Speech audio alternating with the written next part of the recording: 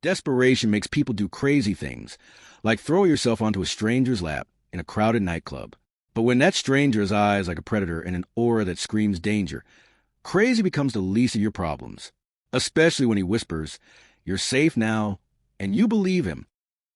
The bass thundered through Sophia's ribcage like a war drum, each beat matching the frantic rhythm of her heart as she pushed through the writhing crowd at Velvet Noir. Sweat-slicked bodies pressed against her from all sides, the air thick with perfume, cologne, and the sweet sharp tang of expensive alcohol. Strobe lights sliced through the darkness in violent bursts of color, electric blue, blood red, and neon purple, turning the dance floor into a kaleidoscope of moving shadows. She couldn't breathe, or maybe she was breathing too fast. Sophia couldn't tell anymore. "Sophia, baby, wait. We need to talk." Jake's voice cut through the music like a serrated knife. Too close. Always too close. 3 months. It had been 3 whole months since she'd walked out of his apartment with her belongings shoved into 2 suitcases and her left eye swollen shut. 3 months since she'd blocked his number, changed her routines, started looking over her shoulder everywhere she went. 3 months, and he still couldn't understand that "no" was a complete sentence. Sophia's ankle twisted in her heels as she stumbled forward, catching herself on someone's shoulder. The woman shot her an annoyed glare before turning back to her dance partner. Sophia mumbled an apology that no one heard and kept moving, her eyes scanning desperately for an exit, a bathroom, anywhere she could lock a door between herself and the man who promised to love her and then taught her what fear really meant. "Don't you dare ignore me." Jake's hand grazed her shoulder. Sophia jerked away so violently she nearly fell. Her breath came in short, sharp gasps now, the edges of her vision starting to blur. Not here. She couldn't have a panic attack here. Not in the middle of a crowded nightclub where she'd be vulnerable, exposed, easy prey for Jake's particular brand of persistent aggression. She'd only come to Velvet Noir because her best friend Mia had insisted, had promised that Jake would never dare show his face at the city's most exclusive club, that they'd be safe here among the beautiful people and their beautiful lives. But Mia had disappeared 20 minutes ago with some guy who bought her a drink, and now Sophia was alone, hunted, with nowhere to run. Her gaze swept across the main floor toward the VIP section, cordoned off by velvet ropes and guarded by men built like armored vehicles. That's when she saw him. He sat in a curved leather booth bathed in crimson light, and even from 30 feet away, Sophia could feel the weight of his presence. The man didn't just occupy space. He commanded it, owned it, bent it to his will through sheer force of existence. His suit was midnight black and tailored so perfectly it looked painted on, the kind of expensive that whispered rather than shouted. Dark hair swept back from a face that could have been carved from marble by an artist who specialized in beautiful, dangerous things. But it was his eyes that stopped her cold. Even across the crowded club, even through the strobing lights and manufactured chaos, his eyes found hers. Dark, intense, calculating. The eyes of a man who saw everything and forgot nothing. He held a glass of amber liquid in one hand, completely still while the world moved around him, watching the crowd with the lazy attention of an apex predator surveying his territory. 2 men flanked him, both wearing expensive suits that couldn't quite hide the telltale bulges of shoulder holsters. Their eyes constantly scanned the crowd, alert, assessing threats. Bodyguards. The man needed bodyguards. Every rational cell in Sophia's brain screamed at her to find another option, any other option. There you are. Jake's hand closed around her wrist. Sophia didn't think. Thinking required time, and time was a luxury she'd run out of. She yanked her arm free and launched herself toward the VIP section, her heart hammering so hard she thought her ribs might crack. The bodyguards moved immediately, stepping forward to intercept her, their faces expressionless masks of professional menace. Sophia saw her plan crumbling before it even began, saw herself bounce out of VIP and delivered right back to Jake's waiting arms. Then the man raised one hand. Just that one simple gesture, barely a movement at all. But his guard stopped instantly, freezing in place like someone had pressed pause on their existence. Their eyes cut to their boss, some silent communication passing between them that Sophia couldn't begin to interpret. The man's gaze locked onto hers again, and something flickered in those dark eyes. Recognition? No, that wasn't possible. Curiosity? Closer. Interest? Definitely that. He gave the slightest nod. Sophia didn't wait for him to change his mind. She closed the distance between them in 4 desperate strides, her hands shaking, her breath coming in ragged gasps, and did something she would never in 1,000 years have imagined doing. She sat directly on a stranger's lap. "I'm so sorry." The words tumbled out in a frantic whisper, her voice trembling so badly she could barely recognize as her own. "Please, just for a minute, pretend you know me. Please. I'll explain everything, I promise, just please." Up close, he was devastating. Sharp jawline dusted with carefully maintained stubble. Full lips that quirked slightly at one corner, suggesting either amusement or danger, possibly both. A straight nose that had probably been broken at least once and reset by an expensive surgeon. And those eyes, God, those eyes that looked like they'd witnessed things that would give nightmares. Tattoos crept up his neck from beneath his collar, intricate designs in black ink that disappeared under his crisp white shirt, hinting at more artwork hidden beneath the civilized veneer of his expensive suit. He smelled like bergamot and cedar and something darker, something that made her think of smoke and secrets and expensive sins. His arm came around her waist. Steady, solid, protective. The heat of his palm burned through the thin fabric of her dress, anchoring her to reality when everything else felt like it was spinning out of control. "Easy," he murmured, his voice like expensive whiskey, smooth and warm with a faint accent she couldn't quite place. "European, maybe. Italian? You're safe." Those 2 words, spoken with such absolute certainty, nearly broke her. Sophia felt something crack in her chest. Some dam she'd been holding together through sheer stubborn will. Tears burned behind her eyes, but she blinked them back furiously. Not now. She could fall apart later in private, when she wasn't sitting on a dangerous stranger's lap, while her psychotic ex-boyfriend hunted her through a nightclub. Sophia. Jake materialized in front of them like a nightmare made flesh, swaying slightly on his feet. Drunk. Of course he was drunk. Jake was always drunk lately. Ever since she'd left and his carefully constructed facade of respectability had started crumbling. His face was flushed, his eyes bloodshot and wild, his tie loosened and hanging crooked around his neck. He'd been beautiful once. That's what had fooled her in the beginning. The classic good looks, the charming smile, the way he could make her feel like the only woman in the world when he wanted to. That's how men like Jake operated. They showed you the prince until you were invested, committed, and too deep to leave easily.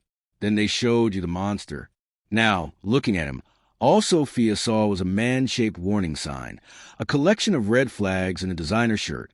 "There you are, babe," Jake said, his voice doing that thing where he tried to sound reasonable and loving while his eyes promised violence.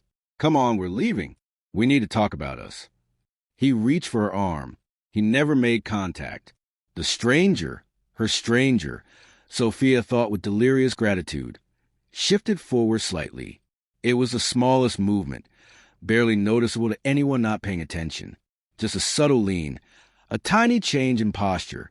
But Jake's hand froze mid-reach, stopping as if he'd hit an invisible wall. The 2 bodyguards had somehow moved closer, without seeming to move at all, their massive frames now creating a wall of human muscle between the booth and Jake. The threat was silent, professional, and absolutely unmistakable. "I think," the man said quietly, his voice carrying despite the thundering music, "you've made a mistake. The lady is with me." Jake's eyes narrowed, tracking from Sophia to the stranger and back again. She could see the wheels turning in his alcohol-soaked brain, trying to process this new development, try to decide if this was real or if Sophia was bluffing. "Sophia," Jake's voice took on that edge she knew too well, the one that said he was 2 seconds away from losing his temper. "You know this guy? Say yes. Sell it. Make him believe you." "Yes." Sophia lied, praying her voice sounded convincing. She let her hand rest on the stranger's shoulder, the fabric of his suit soft and expensive beneath her fingers. "This is Marco," the stranger supplied smoothly, his thumb tracing an absent circle on her hip that sent shivers up her spine. The gesture was so casually possessive, so naturally intimate, that for a second even Sophia almost believed they were together. Marco Valentini. Jake's face went white. The change was instantaneous and dramatic. Color draining from his cheeks, eyes going wide, his whole body going rigid with what looked like genuine fear. Even drunk, even angry, that name clearly meant something to him. Something terrible. "Look, Mr. Valentini, sir." Jake's bravado crumbled like a sand castle hit by a wave. He actually took a step back, his hands coming up in a placating gesture. "There's been a misunderstanding. I didn't know she was with you. I swear I'll leave right now. No problem. No trouble. Too late." Marco's voice dropped several degrees, frost creeping into that smooth whiskey tone. "You've already touched what's mine." The possessive pronoun should have bothered Sophia, should have set off alarm bells and feminist outrage. But instead, wrapped in his arm with his thumb still tracing those lazy circles on her hip, all she felt was safe, protected, claimed in a way that had nothing to do with ownership and everything to do with sanctuary. I wasn't," Jake stammered, sweat beading on his forehead despite the air-conditioned coolness of the club. Marco tilted his head slightly, studying Jake the way a scientist might study a particularly uninteresting specimen. "What's your full name?" What? Why?" "Your name," Marco repeated, and somehow his quiet tone was more terrifying than any shout could have been. Jake Mitchell." Marco smiled. It was the kind of smile that made Sophia's blood run cold even though it wasn't directed at her. "Jake Mitchell. Now I know exactly who you are. Have you ever had to make a split-second decision that changed everything? That moment where logic says one thing but your gut says another, and you just leap? Drop a comment and tell me about a time you trusted your instincts in a crisis. Sometimes our survival instincts know things our rational mind hasn't figured out yet." What happened next occurred so quickly that Sophia almost missed it. Marco's bodyguard, the one with a thin scar running from his eyebrow to his cheekbone, moved with practiced efficiency. One moment Jake was standing there, sweating and stammering. The next, he was slammed against a nearby wall, the bodyguard's forearm pressed across his throat with just enough pressure to make breathing difficult but not impossible. The music continued. The crowd kept dancing, lost in their own world of alcohol and endorphins. But in their small bubble of VIP territory, time seemed to crystallize, freezing everything except the four of them. Sophia, Marco, Jake, and the scarred man who held him like a rag doll. Marco stood slowly, and Sophia realized with a start that he was tall, easily 6'2" or 6'3". He moved with the fluid grace of someone completely comfortable in his own body, someone who'd never questioned his right to take up space in the world. He buttoned his suit jacket with one hand, the gesture so casual it was almost obscene given the violence happening 3 feet away. "Mr. Mitchell," Marco said, approaching Jake with measured steps. "Let me explain something to you. I don't like repeating myself, so I suggest you listen carefully." Jake tried to speak, but the pressure on his throat made it impossible. His eyes bulged slightly, hands scrabbling uselessly at the bodyguard's arm. Marco nodded, and the pressure eased fractionally. Jake sucked in a desperate breath. "You see, I have a very simple philosophy about women," Marco continued, his voice conversational, almost friendly. "They say what they mean, and they mean what they say. If a woman tells you no, she means no. If she leaves you, she's done. If she blocks your number and changes her routine to avoid you, that means she doesn't want to see you anymore." He leaned in closer. "Are you following so far, Jake? Or should I use smaller words?" "I understand," Jake wheezed. "I don't think you do." Marco's pleasant expression never wavered, which somehow made him more terrifying. "Because if you understood, you wouldn't be here. You wouldn't be harassing a woman who's made her feelings abundantly clear. You wouldn't be putting your hands on someone who doesn't belong to you." Sophia watched from the booth, her heart still racing, unable to look away. She should stop this. Should tell Marco it was enough, that Jake was leaving, that he'd learned his lesson. But the words stuck in her throat, trapped behind 3 months of fear and sleepless nights and constantly looking over her shoulder. Let someone else be the villain for once. Let someone else do the protecting. "I know where you live, Jake Mitchell," Marco said, and Sophia saw Jake's eyes go even wider. 2347 Oak Street, apartment 4B. First floor, broken lock on the bathroom window that your landlord still hasn't fixed.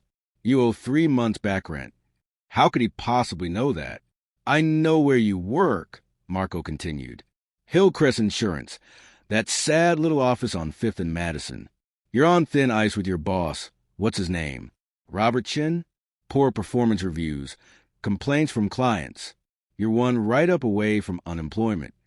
Jake's face had gone from white to a sickly gray-green. I know your mother lives in Riverside and visits every Sunday at noon.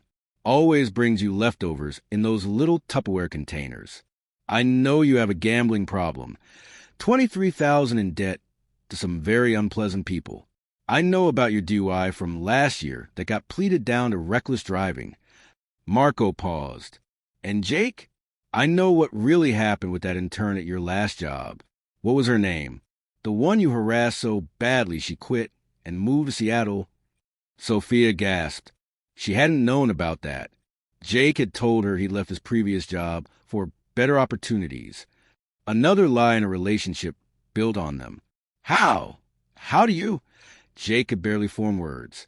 Marco smiled again, that cold shark smile that promised nothing good. I know everything about you, Jake. Every secret, every debt, every skeleton in your pathetic closet. And now you need to ask yourself a very important question. What do you think I'll do with all that information if you ever, and I mean ever, come near Sophia again? The silence stretched, broken only by the muffled bass from the dance floor. If you call her, Marco said softly, I'll make sure your mother knows exactly why you lost your last job. If you text her, I'll have those gambling debts called in immediately. All of them, same day. If you show up at her apartment, her work, her grocery store, anywhere she might be, I'll send everything I know about you to your boss, the police, and every person in your contact list. He tilted his head. And if you ever put your hands on her again, well, let's just say there are many ways a man can disappear in this city, and I know all of them. Jake was shaking now, trembling like a leaf in a hurricane. Do we have an understanding? Marco asked. Yes, Jake whispered. Yes, sir. I understand. I'll never bother her again. I swear. Marco studied him for a long moment, then nodded to his bodyguard. The scarred man released Jake like he was discarding a bag of garbage, stepping back with the same fluid efficiency he'd used to grab him. Jake stumbled, catching himself against the wall. For a second, Sophia thought he might say something else, might try to salvage his pride with some parting shot. But survival instinct won out over ego. He turned and ran, disappearing into the crowd so quickly it was like he'd never been there at all. Sophia released a breath she hadn't realized she'd been holding. Marco turned back to her, and the cold menace vanished from his expression like someone flipping a switch. Concern softened his features, warming those dark eyes. Are you all right? The question was so gentle, such a stark contrast to the controlled violence of seconds ago, that it took Sophia a moment to respond. Yes, I think so. She looked up at him, her mind still reeling. How did you know all that about him? You couldn't have. We just met. There's no way. Marco's lips quivered in something that might have been an embarrassment on a less dangerous man. I didn't. Sophia blinked. What?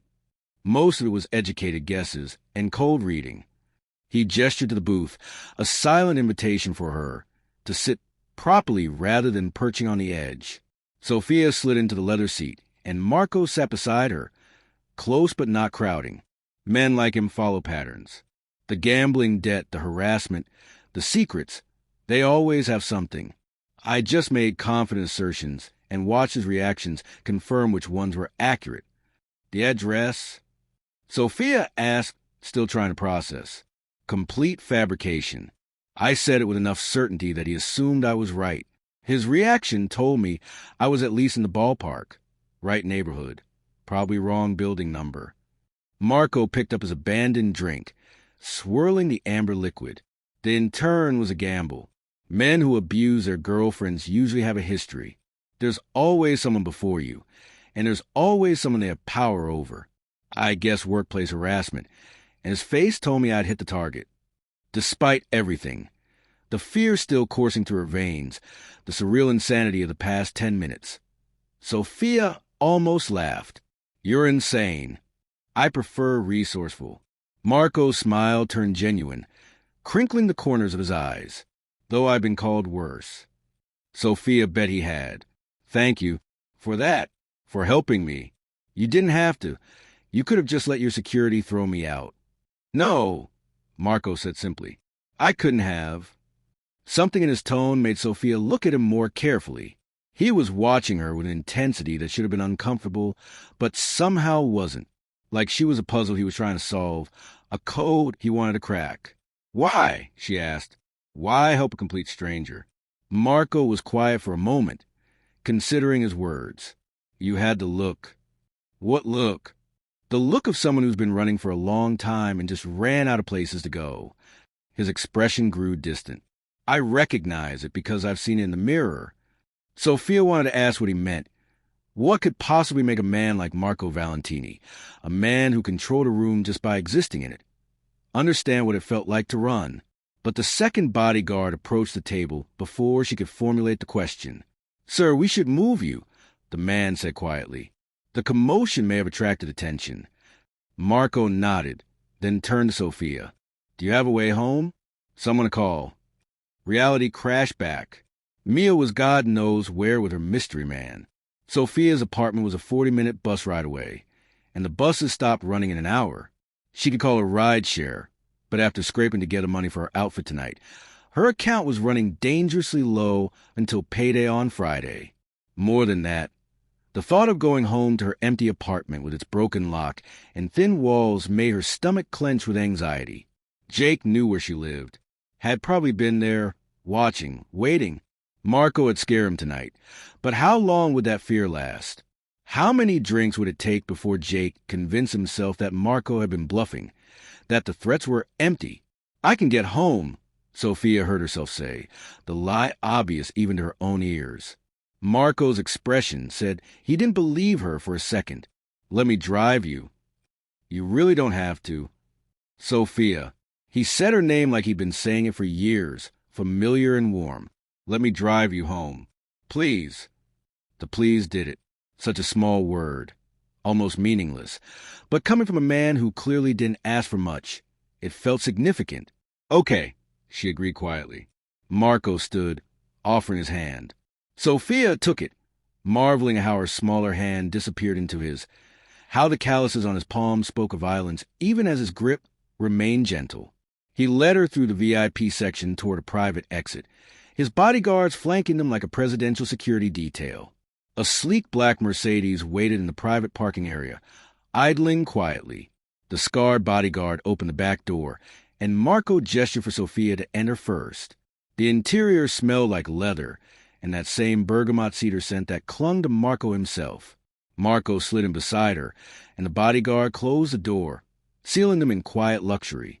The driver pulled away from the club smoothly, and Sophia watched Velvet Noir disappear in the side mirror, taking the worst night of her recent history with it. Where to? Marco asked. Sophia rattled off her address, and the driver nodded, adjusting course. They rode in silence for a few minutes, the city lights streaming past the tinted windows.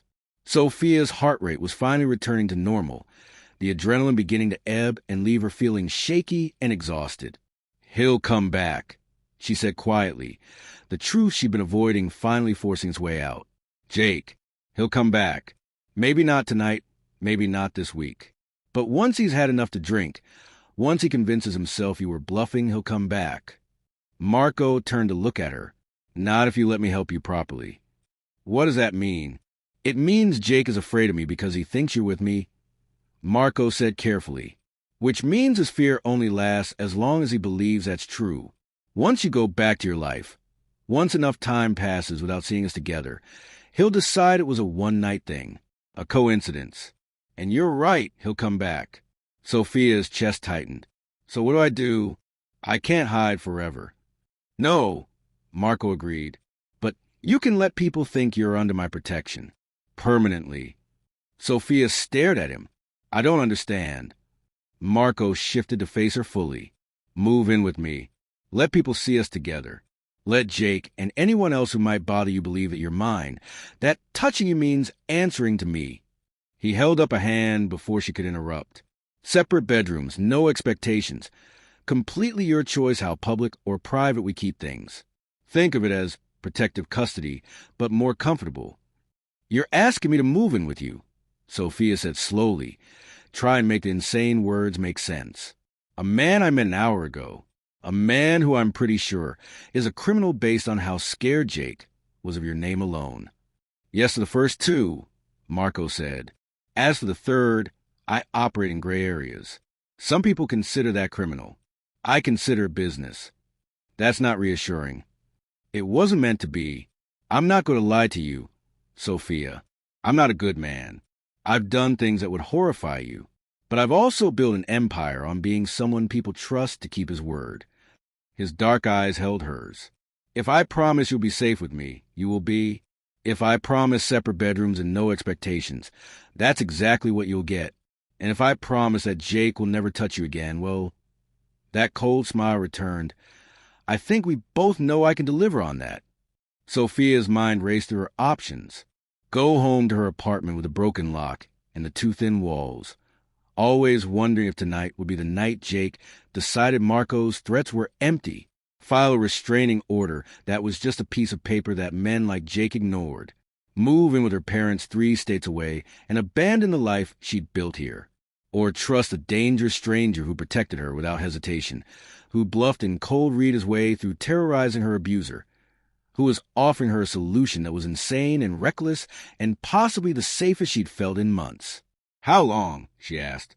Marco's expression showed surprise that she was actually considering it. "As long as you need. A month, 6 months, a year, until you feel safe enough to leave." "And you get what out of this arrangement?" "The knowledge that Jake won't hurt you again," Marco said simply. "Some things don't require a transaction." Sophia studied his face, looking for the angle, the hidden agenda, the catch that men like him always had. But she found only sincerity in those dark eyes, genuine concern in the set of his jaw. 3 weeks, she heard herself say. Trial period. If it's not working, I leave, no arguments. Marco extended his hand. 3 weeks. Sophia shook it, sealing the bargain with a man she didn't know, stepping off a cliff and praying someone had built a bridge. Neither of them knew that by week 2, leaving would become the last thing on her mind. Sophia had expected a nice apartment, maybe a luxury condo in one of the downtown high-rises, the kind with a doorman and marble lobbies that she'd walked past 1,000 times but never entered. She had not expected a penthouse that belonged in architectural magazines. The elevator opened directly into Marco's home. Private access, no hallway, no neighbors. Just polished hardwood floors that gleamed under recessed lighting, floor-to-ceiling windows that offered a panoramic view of the city skyline, and furnishings that screamed both wealth and taste. Everything was clean lines and muted colors. Charcoal gray sofas, white marble countertops, abstract art that probably cost more than her yearly salary. This is... Sophia trailed off, unable to find adequate words. Much, Marco supplied, stepping out of the elevator behind her with the small overnight bag she'd packed from her apartment at 3 a.m. I know. It's a lot. I was going to say intimidating. That too. He set her bag down and gestured expansively. The living room, kitchen, and my office are off limits unless it's an emergency. Your room is this way. Sophia followed him down a hallway lined with black and white photography, urban landscapes. She noticed, capturing the city at strange hours, dawn breaking over empty streets, rain-slicked alleys at midnight, beautiful and lonely all at once. Marco opened a door to reveal a bedroom that was larger than her entire apartment. A king-size bed dominated the space, dressed in soft gray linens. A sitting area by the window held a comfortable-looking armchair and reading lamp. Another door led to what Sophia glimpsed was a private bathroom done in white marble and brushed gold fixtures. This is mine, she asked, stunned. For as long as you need it. Marco set her bag on the luggage rack near the closet. The bathroom stocked with basics, but if you need anything specific, tell Rosa. She's my housekeeper, coming 3 times a week. There's a lock on the door. He pointed to the interior deadbolt. And the only other key is in the kitchen junk drawer. You can have it if it makes you feel safer. The fact that he offered without her having to ask made something warm bloom in Sophia's chest. Thank you. Marco nodded, suddenly looking uncomfortable, a crack in his smooth confidence. I should let you settle in. It's late, and you've had a hell of a night. Marco. Sophia called as he turned to leave. He paused in the doorway, looking back. Why are you really doing this? She needed to understand, needed to make sense of a stranger appending his life for someone he'd met hours ago. And don't say it's just about keeping Jake away. There are a dozen other ways you could have handled this. Marco was quiet for a long moment, his expression unreadable. Get some rest, Sophia. We can talk about philosophy in the morning. He closed the door softly behind him, leaving Sophia alone in a bedroom that cost more than she'd make in 5 years, wondering what she'd gotten herself into. Morning came with sunlight streaming through windows Sophia had forgotten to cover, and the smell of fresh coffee that made her stomach growl. She'd slept poorly, waking every hour in the unfamiliar bed, disoriented by the silence. Her apartment had been filled with the constant noise of the city, sirens, car horns, neighbors arguing through thin walls. Marco's penthouse was soundproofed into eerie quiet, broken only by the distant hum of the climate control system. Sophia pulled on the same clothes from last night. She'd only packed essentials in her quick trip home and padded barefoot into the kitchen. Marco stood at the stove, dressed in black slacks and a white shirt with the sleeves rolled up, revealing more of those intricate tattoos that covered his forearms. He was making eggs, she realized. Actual eggs in an actual pan, not the microwave scramble or breakfast bar she usually grabbed on her way to work. You cook, she said, surprised. Marco glanced over his shoulder, a small smile playing at his lips. I have many hidden talents. Coffee's fresh. Sophia poured herself a cup from the French press, doctoring it with cream and sugar from the containers already set out. The first sip was heaven, rich and smooth, nothing like the burnt office coffee or her usual instant. What time is it? She asked, pulling out a stool at the kitchen island. Almost 9. Marco plated the eggs with practiced efficiency, adding toast from a toaster. She was pretty sure it cost more than her monthly grocery budget. He slid a plate in front of her. You work today? I should call in, Sophia said, the reality of her situation settling over her. I'm a paralegal at Morrison & Associates. I can probably work remotely for a few days, but eventually I'll need to go into the office. Tell them you have a family emergency, Marco suggested, preparing his own plate and sitting across from her. Take the week. Get settled here. Figure out logistics. I can't just take a week off. Sophia. Marco's tone was gentle but firm. Jake knows where you work. You told me that last night in the car. Which means before you go back, we need a plan. Security protocols. Someone to walk you to and from the building, letting your boss know there's a potential situation. The eggs turned to ash in Sophia's mouth. She'd been so focused on escaping Jake last night that she hadn't thought through the practical implications. Her work, her routine, her entire life would need restructuring around the threat he represented. Hey! Marco reached across the island, his hand covering hers. We'll figure it out. That's what this arrangement is for, buying you time and safety to actually think instead of just reacting. Sophia nodded, not trusting her voice. They ate in comfortable silence for a few minutes before Marco spoke again. I have a meeting this afternoon that I can't reschedule. Victor, the one with the scar, will be here. He's the head of my security. If you need anything or if anything feels wrong, tell him immediately. What kind of meeting? Sophia asked, then immediately regretted it. Sorry, that's none of my business. Business, Marco said with a shrug. Boring contract negotiations, mostly. Nothing exciting. Sophia highly doubted that anything in Marco Valentini's life was boring, but she let it go. I need to go back to my apartment today, she said instead. Get more clothes, my laptop, some personal things. I can take a ride share. Victor will drive you, Marco said, his tone leaving no room for argument, and he'll go inside with you. I don't trust that Jake has fully processed last night yet. The thought of Jake lurking around her apartment building made Sophia's skin crawl. Okay. Marco studied her for a moment. You're handling this well. Most people would still be in shock.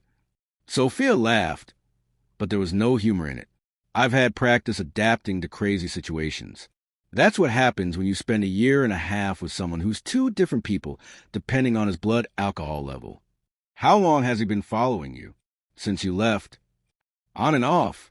The first few weeks were the worst, showing up at my work, calling from different numbers, sending flowers with apology notes. Sophia wrapped both hands around her coffee mug, seeking warmth. Then it stopped for about a month. I thought he'd finally moved on. But then he started again about 3 weeks ago. Worse this time. Angrier. Marco's jaw tightened. Has he ever been physical since you left? He grabbed my arm once outside my office. Left bruises. Sophia found herself talking about things she'd never said out loud before, words spilling out like she'd lanced an infected wound. I told my boss I'd bumped into a door. She didn't believe me, but what could she do? I didn't want to make it into a whole thing. Get HR involved, make myself the office tragedy case. You filed a police report? Sophia shook her head. I tried once. The officer was dismissive, said unless Jake actually hurt me, there wasn't much they could do. Suggested I change my routine, be more careful, like it was my responsibility to manage his obsession. Marco's expression went cold, that same dangerous stillness from last night settling over him. Give me the officer's name and badge number. Marco. I'm not going to do anything illegal, he said, though Sophia wasn't entirely convinced. But there are channels to file complaints about officers who don't take stalking seriously. Channels I happen to have easy access to. The protective anger in his voice made that warm feeling bloom in Sophia's chest again. When was the last time someone had been angry on her behalf? Not at her, not because of her, but for her? I don't remember his badge number, she admitted. That's fine. We'll figure it out. Marco finished his coffee and stood, collecting their plates. Why don't you make that list of things you need from your apartment? Victor will be ready to leave in an hour. Sophia watched him rinse the dishes and load them into a dishwasher that was probably smarter than her phone, trying to reconcile the man who terrorized Jake with the one who made her breakfast and did his own dishes. Marco, she called as he headed toward what she assumed was his bedroom. You never answered my question from last night. Why are you really doing this? He paused, his back to her, silent for so long Sophia thought he might not answer. When he finally spoke, his voice was quiet. 6 years ago, I had a sister. Younger, smart, beautiful, full of life. She fell in love with the wrong man. Charming, successful, said all the right things. By the time we realized what he really was, she was already isolated from the family. We tried to help, but she kept going back to him. Marco's hands clenched into fists at his sides. Until the night he put her in a hospital with a cracked skull and broken ribs. She lived barely, but she was never the same after. Sophia's breath caught. Marco, I killed him, Marco said flatly. Not immediately, not obviously, but I made sure he paid for what he did to her. And I made a promise to myself that if I ever had the power to stop it from happening to someone else, I would. He turned to face her, his eyes haunted. So that's why, Sophia. Because I couldn't save my sister until it was too late. But maybe I can keep Jake from putting you in a hospital.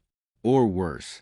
Before Sophia could formulate a response, Marco disappeared down the hallway, leaving her alone with the weight of his confession and the cold remains of her coffee. Victor drove a black SUV with tinted windows and handled it like a tank, smooth but unstoppable. He hadn't said more than 10 words since they'd left the penthouse, but Sophia found his silence comforting rather than intimidating. He reminded her of the working dog she'd seen at security demonstrations, alert, focused, bred for protection. Her apartment building looked shabbier than she remembered, the paint peeling around the windows, trash collecting in the corners of the entryway. Has it always been this depressing? Or had 2 hours in Marco's penthouse recalibrated her standards? Victor parked illegally right in front and came around to open her door. I'll go in first, he said. You stay behind me until I clear the apartment. Sophia nodded, too nervous to argue. The building security was a joke. The main door lock had been broken for months, and the landlord kept meaning to fix it.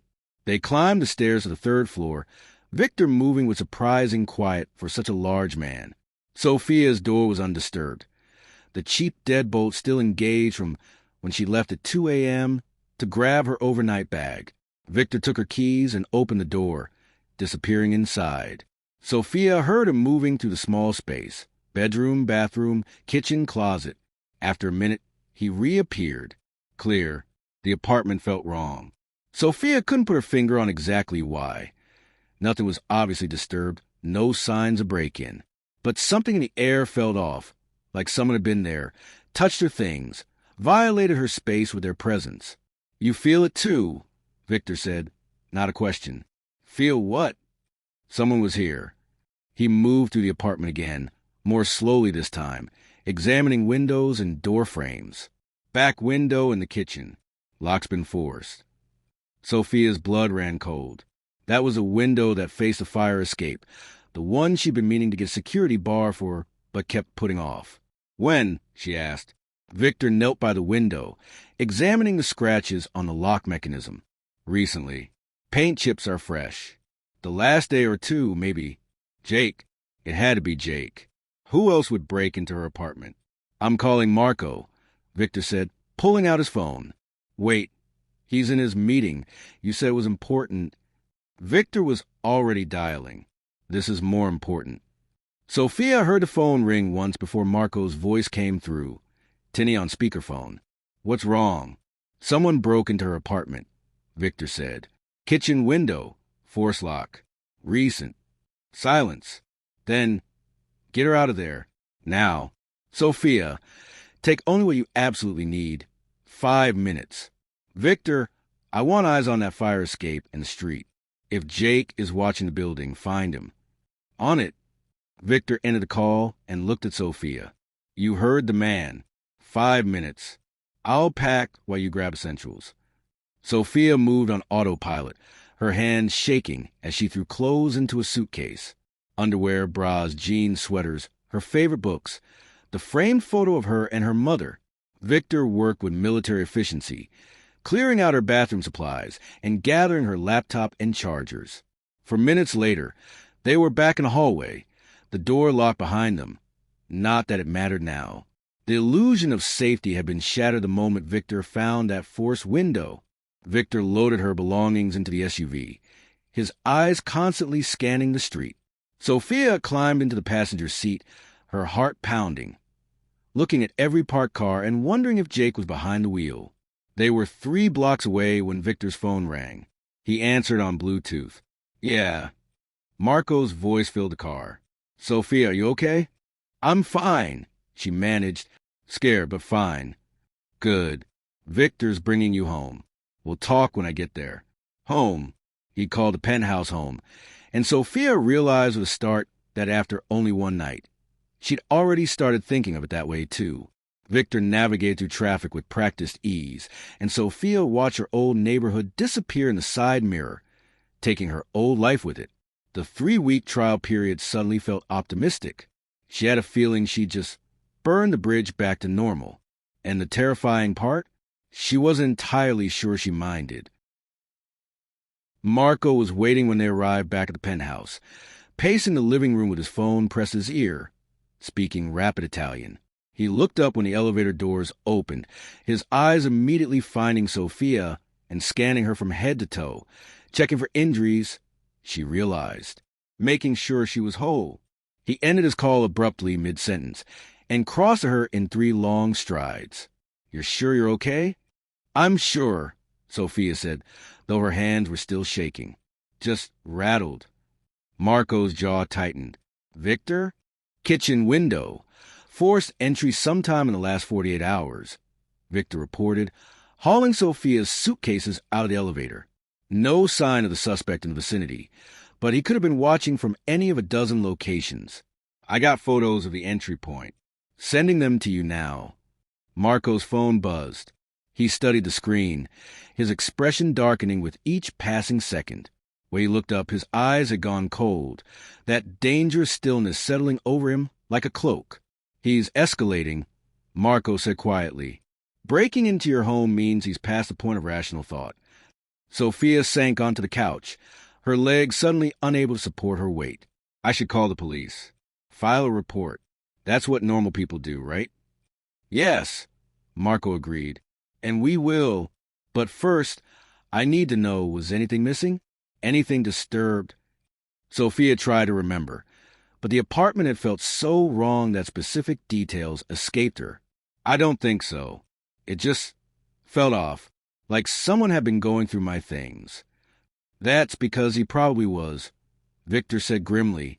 "These obsessive types, they want to feel close to their victims, touching their belongings, going through their private spaces. It's about control and intimacy." The thought of Jake pawing through her underwear drawer, sitting on her bed, touching her things made Sophia's stomach turn. "I think I'm going to be sick." Marco was beside her instantly, his hand on her back. "Breathe. Slow breaths. You're safe here." "Am I?" Sophia looked up at him, fear and frustration boiling over. "He broke into my apartment, Marco. What's to stop him from finding out where I am now? From breaking in here?" "This." Marco gestured around the penthouse. Private elevator with biometric access. Security cameras on every floor. Victor and his team monitoring feeds 24/7. A panic room with independent communications. "And me." His voice dropped. "I promise you, Sophia, Jake won't get within 100 feet of you. Not here." Sophia wanted to believe him. God, she wanted to believe him so badly. "I'll call the police," Marco said, pulling out his phone again.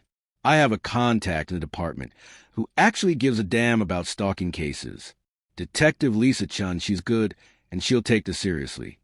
While Marco made the call, Victor disappeared down the hallway with Sophia's luggage. She heard him moving around in her room, presumably unpacking for her. The casual efficiency of it all, the way Marco's people just handle problems without being asked, was both comforting and unsettling. Sophia had been handling her own problems for so long that accepting help felt foreign. Wrong. Somehow, like she was admitting defeat. Marco finished his call and sat beside her on the couch. Not too close, respecting her space, but near enough that she could feel his warmth. "Detective Chin will meet us at your apartment in an hour. She'll process the scene, file the report, and start building a case for a restraining order." "I tried that before," Sophia said dully. The police weren't interested. "They will be now," Marco said with quiet certainty. "Trust me." And despite every logical reason not to, Sophia did. Detective Lisa Chin was nothing like the dismissive officer who'd blown off Sophia's concerns 3 months ago. She was sharp-eyed and thorough, photographing every inch of the force window, dusting for prints, asking detailed questions about Jake's behavior and history. "This is textbook escalation," Detective Chin said, making notes on her tablet. "Stalking behaviors that intensify over time, culminating in breaking and entering, combined with the harassment at the club and his history." She glanced at Marco, "which I understand has been documented." "Extensively," Marco said. He produced a file somewhere between the penthouse and Sophia's apartment, a manila folder thick with printed documents. Sophia had no idea where he'd gotten it. Detective Chin flipped through the pages, her eyebrows rising. "Employment records, financial documents, previous complaints. Mr. Valentini, how exactly did you acquire all this?" "Public records and concerned research," Marco said smoothly. "I like to know who I'm dealing with." The detective gave him a look that said she knew exactly how legal his research was. But she wasn't going to push it. "Well, it's thorough. This will definitely help build our case." She turned to Sophia. "Ms. Reyes, I'm going to be honest with you. Restraining orders are pieces of paper. They work on people who respect boundaries and fear consequences. Your ex doesn't sound like that type. So what do I do?" Sophia asked, hearing the desperation in her own voice. "You keep doing what you're doing. Stay somewhere safe. Vary your routines. Don't engage them under any circumstances. Document everything. Every call, every text, every sighting. Detective Chen handed her a card. And you call me directly if anything happens, day or night. Sophia took the card, the small rectangle of cardstock, feeling like a lifeline. Thank you. After Detective Chen left, Sophia stood in her apartment, soon to be her former apartment, and looked around at the life she was leaving behind. It wasn't much. Thrift store furniture, posters instead of real art, a collection of mugs from places she'd never been. But it had been hers. Her first place after leaving Jake, her declaration of independence. Now it was contaminated, ruined by the knowledge that Jake had been here, violating her space, reminding her that nowhere was truly safe. I need to talk to my landlord, Sophia said. Break the lease. Already done, Marco said. Sophia turned to stare at him. What? I called while Detective Chun was processing the scene. Explained the situation, the break-in, the stalking, the safety concerns. He agreed to let you out of the lease immediately, no penalty.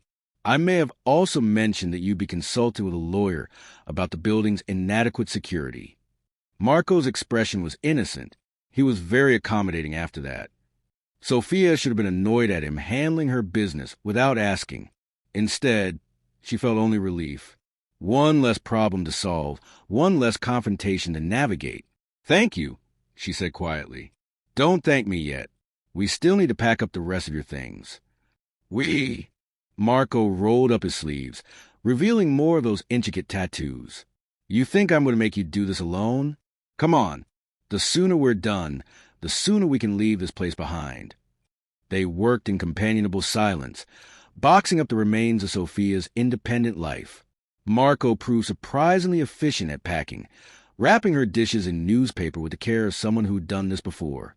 Victor appeared with more boxes and packing tape, and between the three of them, they had the apartment cleared in under 2 hours. Sophia took one last look around the empty space. Cream-colored walls marked with nail holes, dust bunnies in the corners, the lingering smell of the vanilla candle she liked. This was supposed to be her fresh start. Instead, it had become just another place Jake had ruined. Ready? Marco asked gently. Sophia nodded. There was nothing left here worth staying for. Back at the penthouse, Sophia felt exhaustion crash over her like a wave. The adrenaline that kept her functioning all day finally burned out, leaving her wrung out and hollow. She collapsed on her bed, her temporary bed, she reminded herself, and stared at the ceiling. A knock on her doorframe made her look up.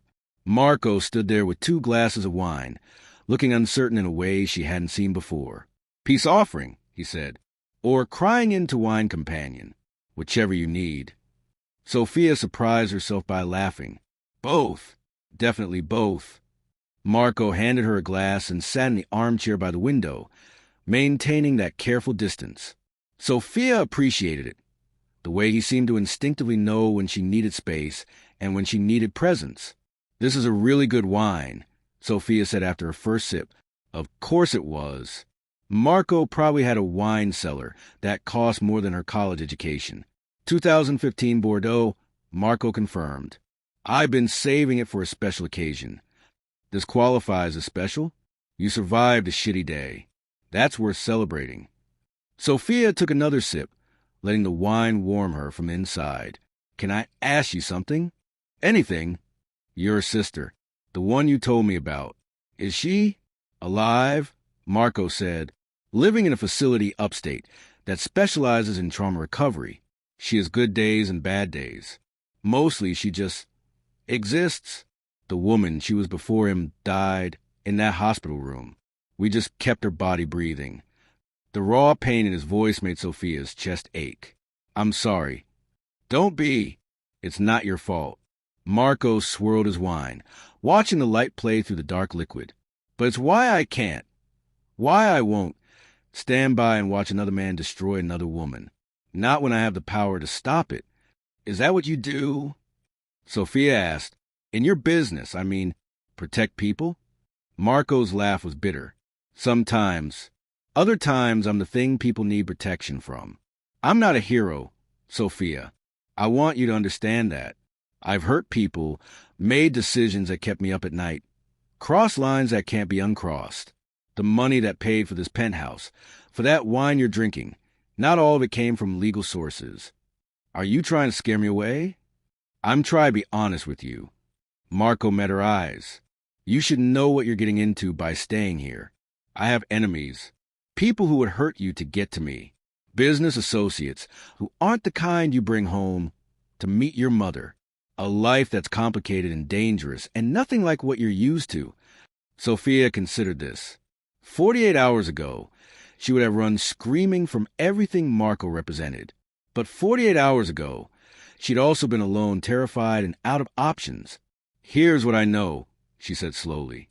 Jake is a normal guy. Respectable job, nice family, college degree. On paper, he's safe.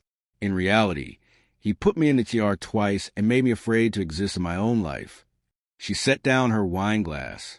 You're a criminal who's been nothing but kind to me, who makes me breakfast and does his own dishes, who dropped everything to help a stranger in a nightclub. So forgive me if I'm not running away from complicated and dangerous. Normal and safe almost kill me. Marco stared at her for a long moment, something indefinable flickering in his dark eyes. You're not what I expected. What did you expect? Someone who needed saving, a victim waiting for a hero. He shook his head. But you're not that. You're someone who got knocked down and got back up and kept fighting. What happened at the club? You weren't looking for a savior. You were just buying yourself time to figure out your next move. And my next move happened to be sitting on a mobster's lap, Sophia said dryly. Allegedly a mobster, Marco corrected with a small smile. Nothing's been proven in court. Because you're good at not getting caught? Because I have excellent lawyers. Sophia found herself smiling despite everything. How had this become her life? Drinking expensive wine in a luxury penthouse. Trading banter with a man who casually admitted to being a criminal? Her phone buzzed. Sophia pulled it from her pocket and felt her blood turn to ice. Unknown number. I know where you are. I know who you're with. You think he scares me? You're mine, Sophia. You'll always be mine. See you soon. The phone slipped from her numb fingers. Marco was across the room in an instant, picking it up, reading the message. His expression went from concerned to murderous in the space of a heartbeat. Victor. Marco's voice cracked through the penthouse like a whip. The bodyguard appeared so quickly he must have been just outside. Marco showed him the phone. Trace this number. Now. And I want to know how the hell Jake found out where Sophia is staying. On it. Victor disappeared with the phone. Marco knelt in front of Sophia, his hands on her knees, grounding her. Look at me, Sophia. She dragged her gaze to his face. He's bluffing, Marco said firmly. He doesn't know where you are. He's guessing, throwing out threats to scare you. It's what abusers do when they lose control. They try to reclaim it through fear. But what if he does know? Sophia whispered. What if he followed us somehow? What if? Then we deal with it. Marco's voice was absolute steel. But I promise you he's not getting to you. Not here. Not ever. Sophia wanted to believe him, wanted to trust in his certainty, his protection, his promises. But Jake had found her before, had broken into her apartment, her sanctuary. What was to stop him from shattering this one too? Marco seemed to read her thoughts. The difference between your apartment and here? I have resources Jake can't imagine. Money, connections, people who owe me favors. If he comes for you, he won't make it past the lobby. You can't watch me every second of every day. Watch me, Marco said, and despite everything, Sophia almost believed he meant it literally. Victor returned with her phone. Numbers from a burner. But I'm having our tech guy track the location it pinged from. Should have an answer within the hour. Good. Double security on all access points. I want someone monitoring the cameras at all times. And get me everything we have on Jake Mitchell, where he's staying, who he's talking to, what he's been doing since the club. Marco stood, his hand briefly squeezing Sophia's shoulder. He want to play games? Let's show him what happens when you play with someone who owns the board. Sophia watched Marco shift into what she was starting to recognize as his business mode. Cold, calculating, absolutely focused. This was the man people feared. The one who'd built an empire in gray areas and knew exactly how to leverage power. And for the first time since Jake had started his campaign of terror, Sophia felt something other than fear. She felt hope. The tech guy Victor mentioned turned out to be a 20-something with purple hair and more piercings than Sophia could count, who showed up at the penthouse at 11 p.m. like it was a perfectly normal time for a house call.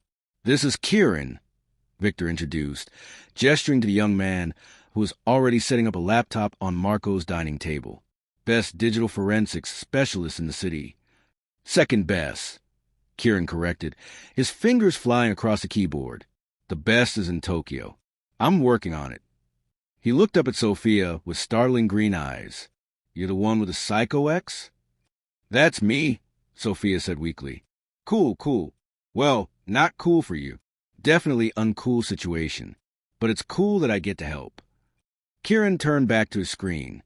"Okay, so your burner phone Romeo pinged off a cell tower in the Riverside district, which narrows it down to about a 3-mile radius.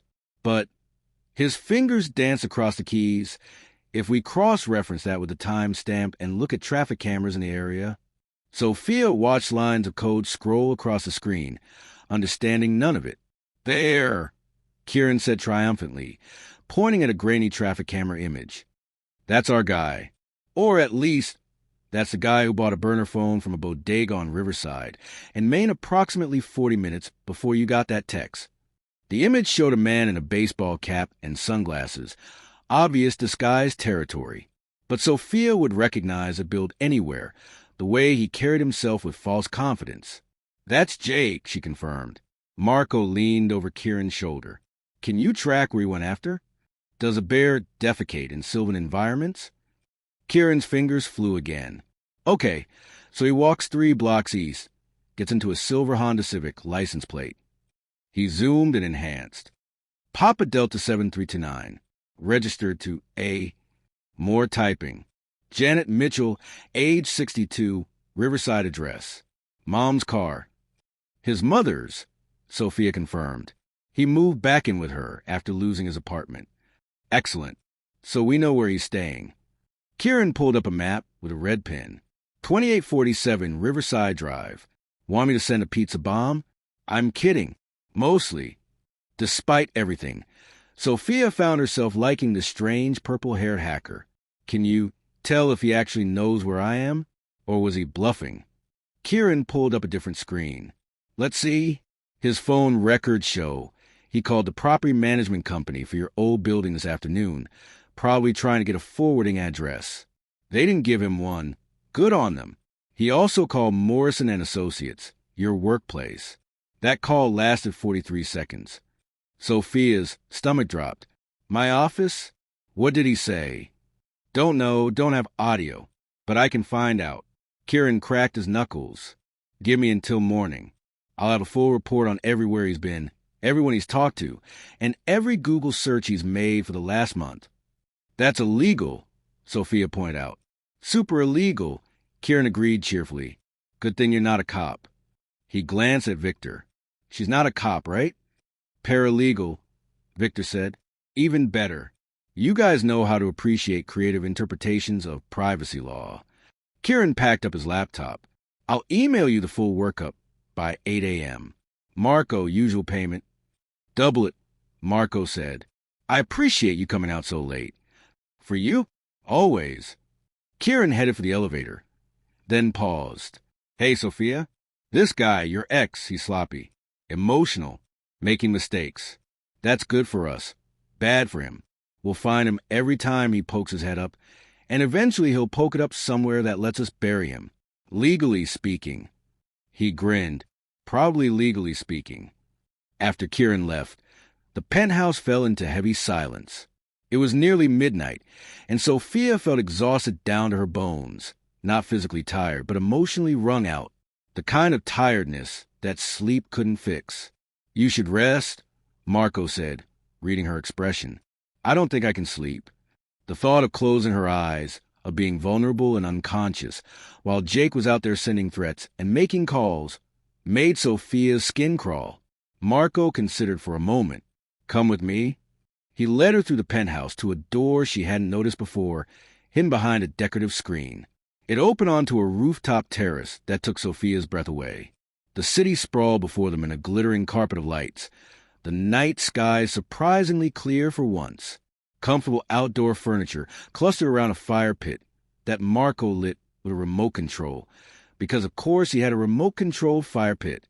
"This is incredible," Sophia breathed, sinking into one of the plush chairs. "I come up here when I can't sleep," Marco said, settling into the chair beside hers. "Something about being up high, above everything. It helps put things in perspective." They sat in silence for a while, the fire crackling softly, the distant sounds of the city muted up here in their private haven. Sophia felt some of the tension begin to drain from her shoulders. "Can I ask you something?" she said eventually. "Always.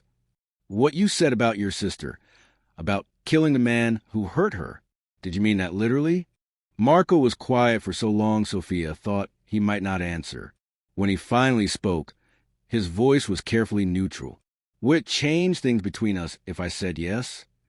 Sophia considered. A week ago, the answer would have been an immediate, horrified yes. But a week ago, she'd also believed the police would protect her, that restraining orders mattered, that the system worked for women like her. "I don't know," she said honestly. "Part of me is horrified at the thought, but another part." She trailed off, unsure how to articulate the dark satisfaction that came with knowing Jake's predecessor had faced real consequences. "Justice and the law aren't always the same thing," Marco said quietly. "The man who hurt my sister, Isabella, her name was Isabella. He had money, connections, and a good lawyer. He would have gotten a slap on the wrist, maybe probation. She would have had to live knowing he was still out there, that he got away with destroying her life. So you made sure he didn't get away with it. I made sure he couldn't hurt anyone ever again." Marco stared into the flames. "I'm not proud of what I did, but I'm not sorry for it either. Does that make me a monster?" "I think it makes you human," Sophia said.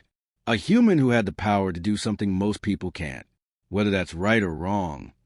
She shook her head. "I'm not qualified to judge." Marco looked at her, something warm and indefinable in his expression.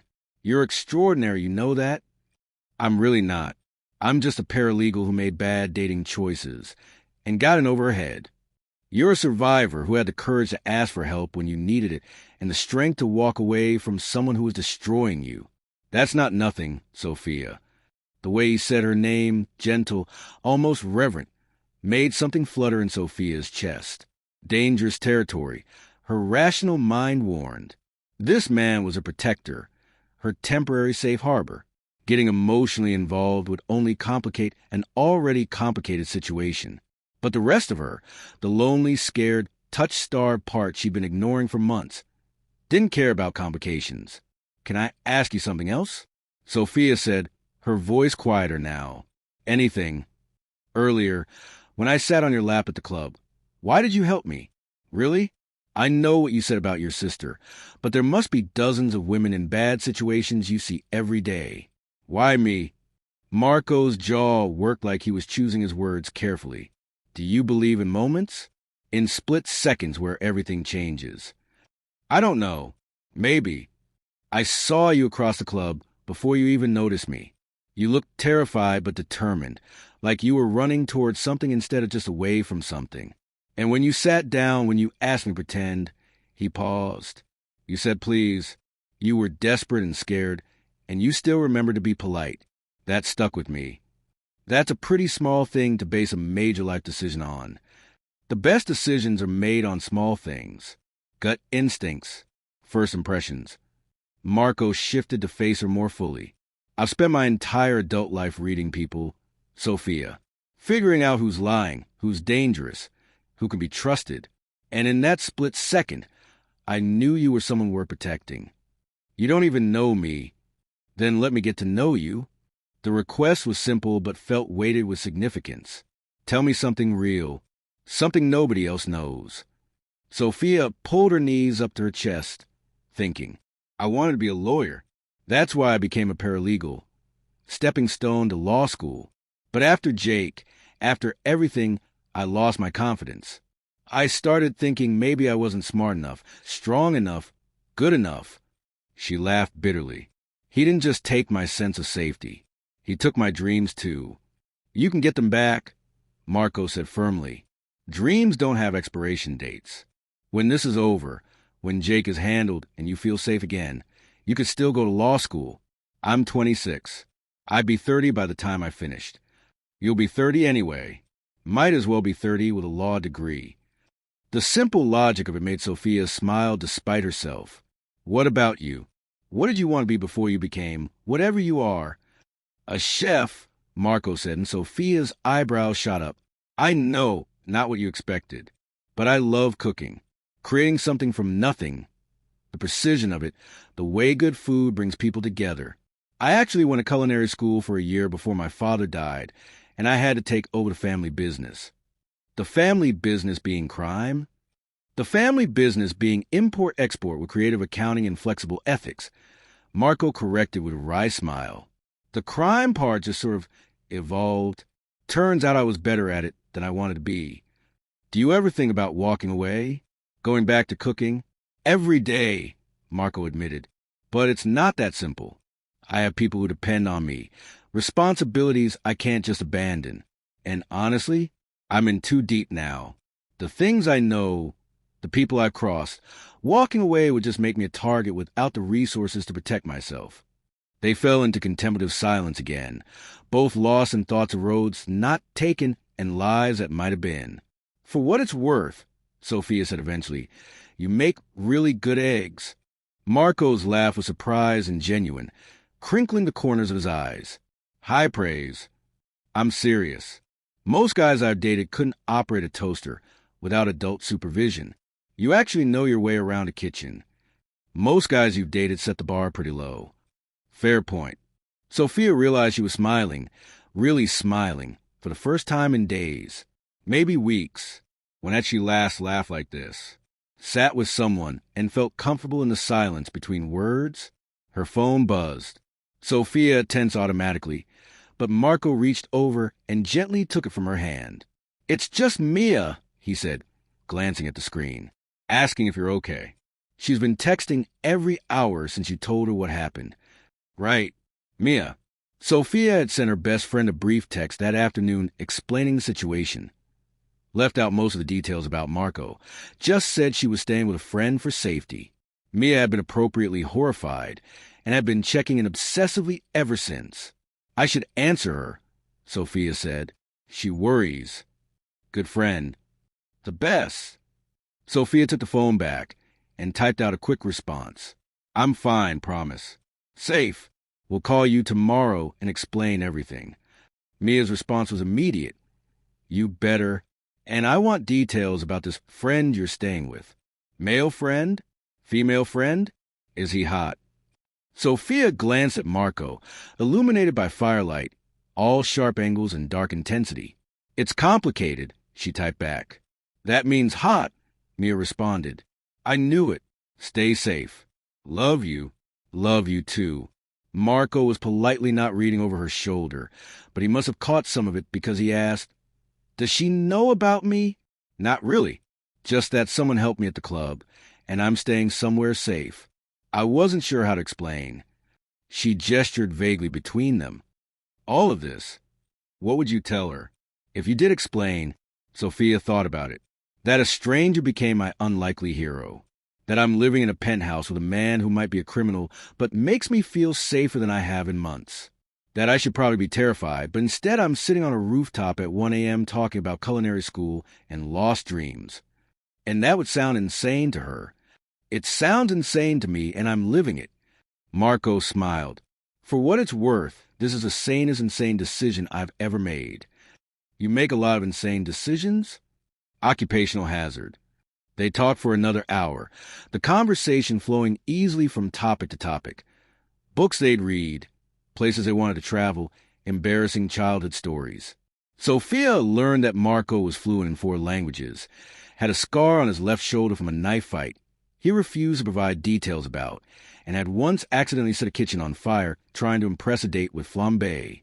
She told him about her disastrous college roommate who'd stolen her boyfriend, her mother's battle with cancer 3 years ago, won, thankfully, and the time she'd gotten food poisoning at a work event and thrown up on her boss's shoes. It felt normal, easy, like they'd known each other for years instead of days. When Sophia finally admitted she could barely keep her eyes open, Marco walked her back downstairs to her room. He paused at her door, hands in his pockets, looking younger somehow in the dim hallway light. "Thank you," Sophia said, "for tonight, for all of this. I know I keep saying that, but you don't have to thank me," Marco interrupted gently. "Just sleep. Actual sleep, not anxious half-dozing. You're safe here." And looking at him, this complicated, dangerous, surprisingly kind man, Sophia believed him.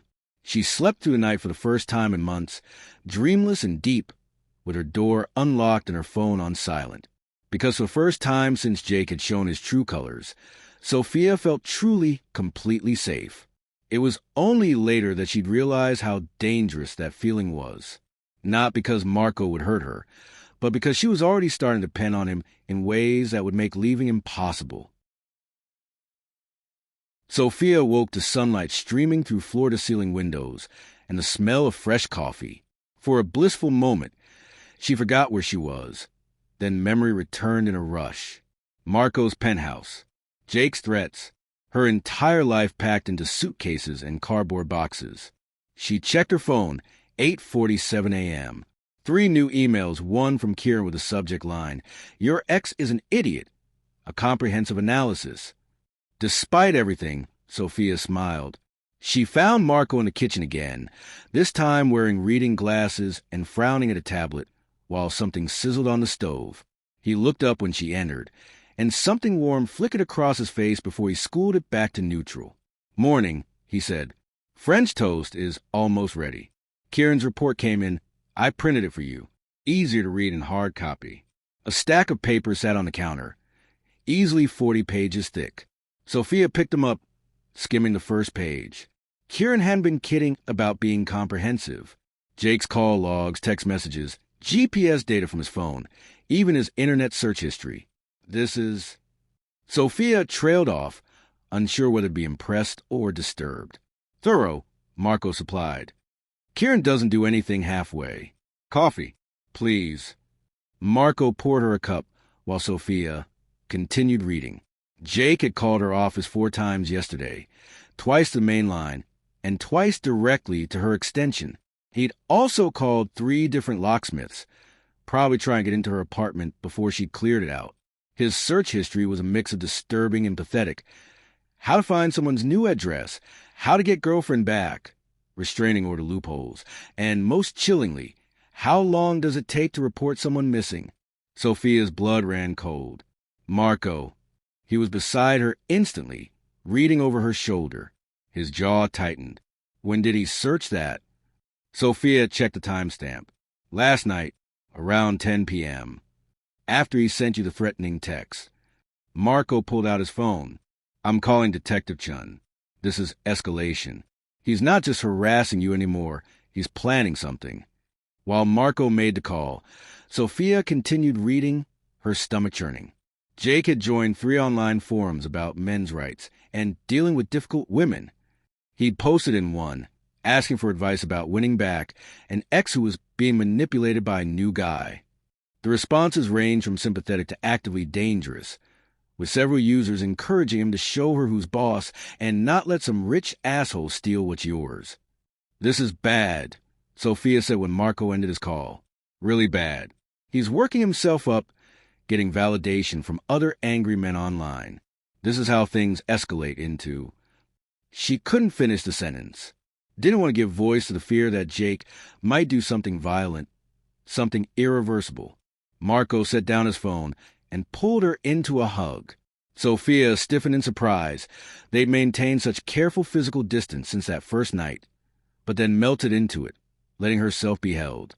He was solid and warm and smelled like coffee and cedar, and for a moment, she let herself pretend this was normal, that she was safe, that everything would be okay. "Detective Chun is coming by this afternoon to review the report," Marco said into her hair. "She's also going to coordinate with your office. Make sure they know not to give Jake any information about you." "I need to call my boss," Sophia said, pulling back reluctantly. Explain what's happening. I can't just keep working remotely without a real explanation. Do it after breakfast, Marco said firmly, guiding her to a bar stool. You need to eat first. The French toast was perfect. Crispy on the outside, soft in the middle, topped with fresh berries and real maple syrup. Sophia ate mechanically, her mind racing through scenarios. What would she tell her boss, Patricia? The truth seemed too complicated, too dramatic, but a lie would fall apart under questioning. Tell her the truth, Marco said, reading her expression again. He had an unnerving ability to do that. Not all of it, but enough. You have a stalker ex. You filed a police report. You're staying somewhere safe until the situation is resolved. Any decent employer will understand. And if they don't, then you find a better employer. Marco said it like it was simple. Maybe when you had his kind of money, it was after breakfast. Sophia retreated to her room and called Patricia Morrison, senior partner at Morrison & Associates and Sophia's boss for the past 3 years. Patricia answered on the second ring. Sophia, I was getting worried. Are you all right? I'm safe, Sophia said, but I need to explain some things. Do you have a few minutes? For you? Always. Talk to me. Sophia laid it out as concisely as she could. The abusive relationship, the breakup, Jake's escalating harassment, the break-in at her apartment. She left out the details about Marco, just said she was staying with a friend who had better security. Patricia was quiet for a long moment after Sophia finished. Jesus, Sophia, why didn't you tell me any of this before? I was embarrassed, ashamed, all the usual reasons women don't talk about this stuff. Well, that ends now. Here's what we're going to do. You're taking paid leave for 2 weeks. Don't argue, Patricia added when Sophia tried to interrupt. You've got 6 weeks of unused vacation time. Use some of it. I'm also going to have security add Jake's photo to their watch list. If he shows up here, they'll call the police immediately. And Sophia, if you need anything, a lawyer, resources, a reference for a therapist, you ask. Understood. Sophia felt tears prick her eyes. Thank you, Patricia. I don't know what to say. Say you'll take care of yourself. And stay in touch. I want weekly updates that you're okay. After ending the call, Sophia sat on her bed feeling overwhelmed by unexpected kindness. She'd been so focused on Jake's cruelty that she'd forgotten most people were fundamentally decent. A knock on her doorframe made her look up. Marco stood there with her laptop. Thought you might need this. Victor brought up the rest of your boxes from storage. Thank you. Sophia took the laptop, her fingers brushing his. The contact sent an unexpected spark up her arm. From Marco's slight intake of breath, he felt it too. They stood there for a moment, the air between them suddenly charged with something neither wanted to name. Sophia, Marco started. Mr. Valentini. Victor's voice cut through the moment. Detective Chen is here. Early. Marco's expression shifted instantly back to business mode. Show her up. Detective Chen arrived looking grim, carrying her own folder of documents. She accepted Marco's offered coffee and sat at the dining table, spreading out papers. I've reviewed the report your tech specialist provided, she said, without preamble. First, I'm not going to ask how he obtained most of this information, because I don't want to know. Second, this is enough for a restraining order. I've already started the paperwork. How long until it's active? Sophia asked. The judge should sign off by the end of business today. But here's the thing. Detective Chen's expression grew more serious. Restraining orders only work if the subject respects them. And based on Jake Mitchell's search history and online activity, I don't think he will. So what do we do? Sophia heard the tremor in her own voice. We build a case for stalking charges. Document everything. Get the restraining order on record so when he violates it, not if when we can arrest him immediately. Detective Chen turned to Marco. I understand Ms. Reyes is staying here temporarily? For as long as she needs, Marco confirmed. Good. This building has excellent security. But I need you to be smart about this. Sophia, no go anywhere alone. If you need to leave the building, you have someone with you. You vary your routes, your timing, your routines. You don't post anything on social media that could indicate your location. I barely use social media. That's good. Keep it that way. Detective Chin slid a paper across the table. This is my direct line. You call me if Jake contacts you, if you see him, if anything feels wrong. Day or night, I answer. After Detective Chin left, Sophia felt exhausted despite having done nothing all day. The constant vigilance, the endless what-ifs, the weight of being hunted. It was draining in ways physical activity never was. Come on, Marco said, standing and offering his hand. You need a distraction. I'm not really in the mood for her. Trust me. Sophia let him pull at her feet and lead her through the penthouse to yet another room she hadn't explored, a home gym that looked like something from a luxury fitness magazine. Treadmills, weight machines, a boxing setup in the corner. Marco handed her a pair of boxing gloves. Ever hit anything? Not on purpose. Well, now's your chance. Picture Jake's face on that bag and let him have it. Sophia looked at the heavy bag hanging from the ceiling, skeptical. I don't know how to box. I'll teach you. Basic stance first.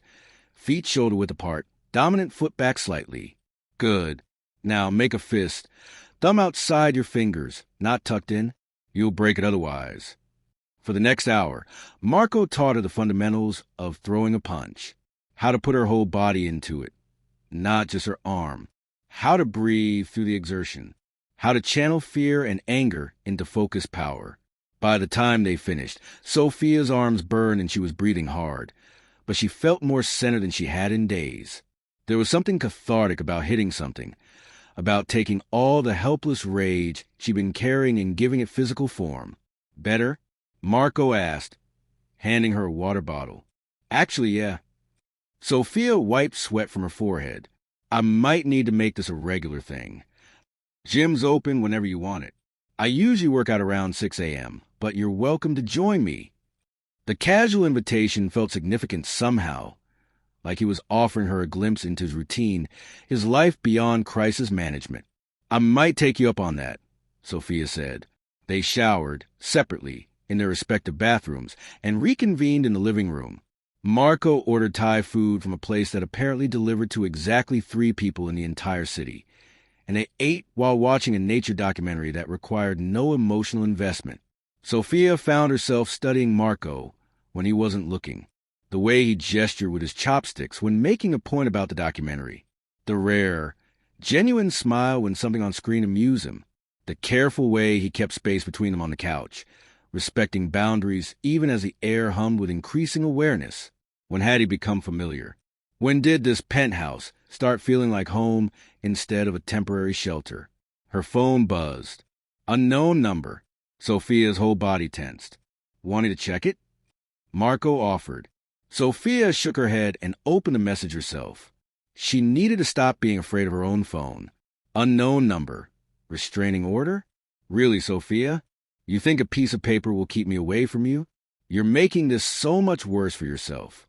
Just come home and we can talk like adults. I love you. Why are you doing this to us? The whiplash from threat to declaration of love was textbook abuser behavior. Sophia knew that intellectually, but it still made her stomach churn. Marco read over her shoulder, his jaw tightening. He already knows about the restraining order. It hasn't even been filed yet. He must have a contact in the police department or the courts, Sophia said. Someone feeding him information. I'll find out who. Marco's voice went cold. Detective Chin needs to know there's a leak. While Marco made the call, Sophia stared at Jake's message. The casual gaslighting of, why are you doing this to us, when he was the one who'd beaten her, stalked her, broken into her home. The presumption that she'd just come home like nothing had happened. Here's something worth thinking about. Have you ever noticed how abusers always make themselves the victim? How they twist reality until you question your own memory of events? Drop a comment below if you've experienced this kind of manipulation, whether from a partner, a family member, or a friend.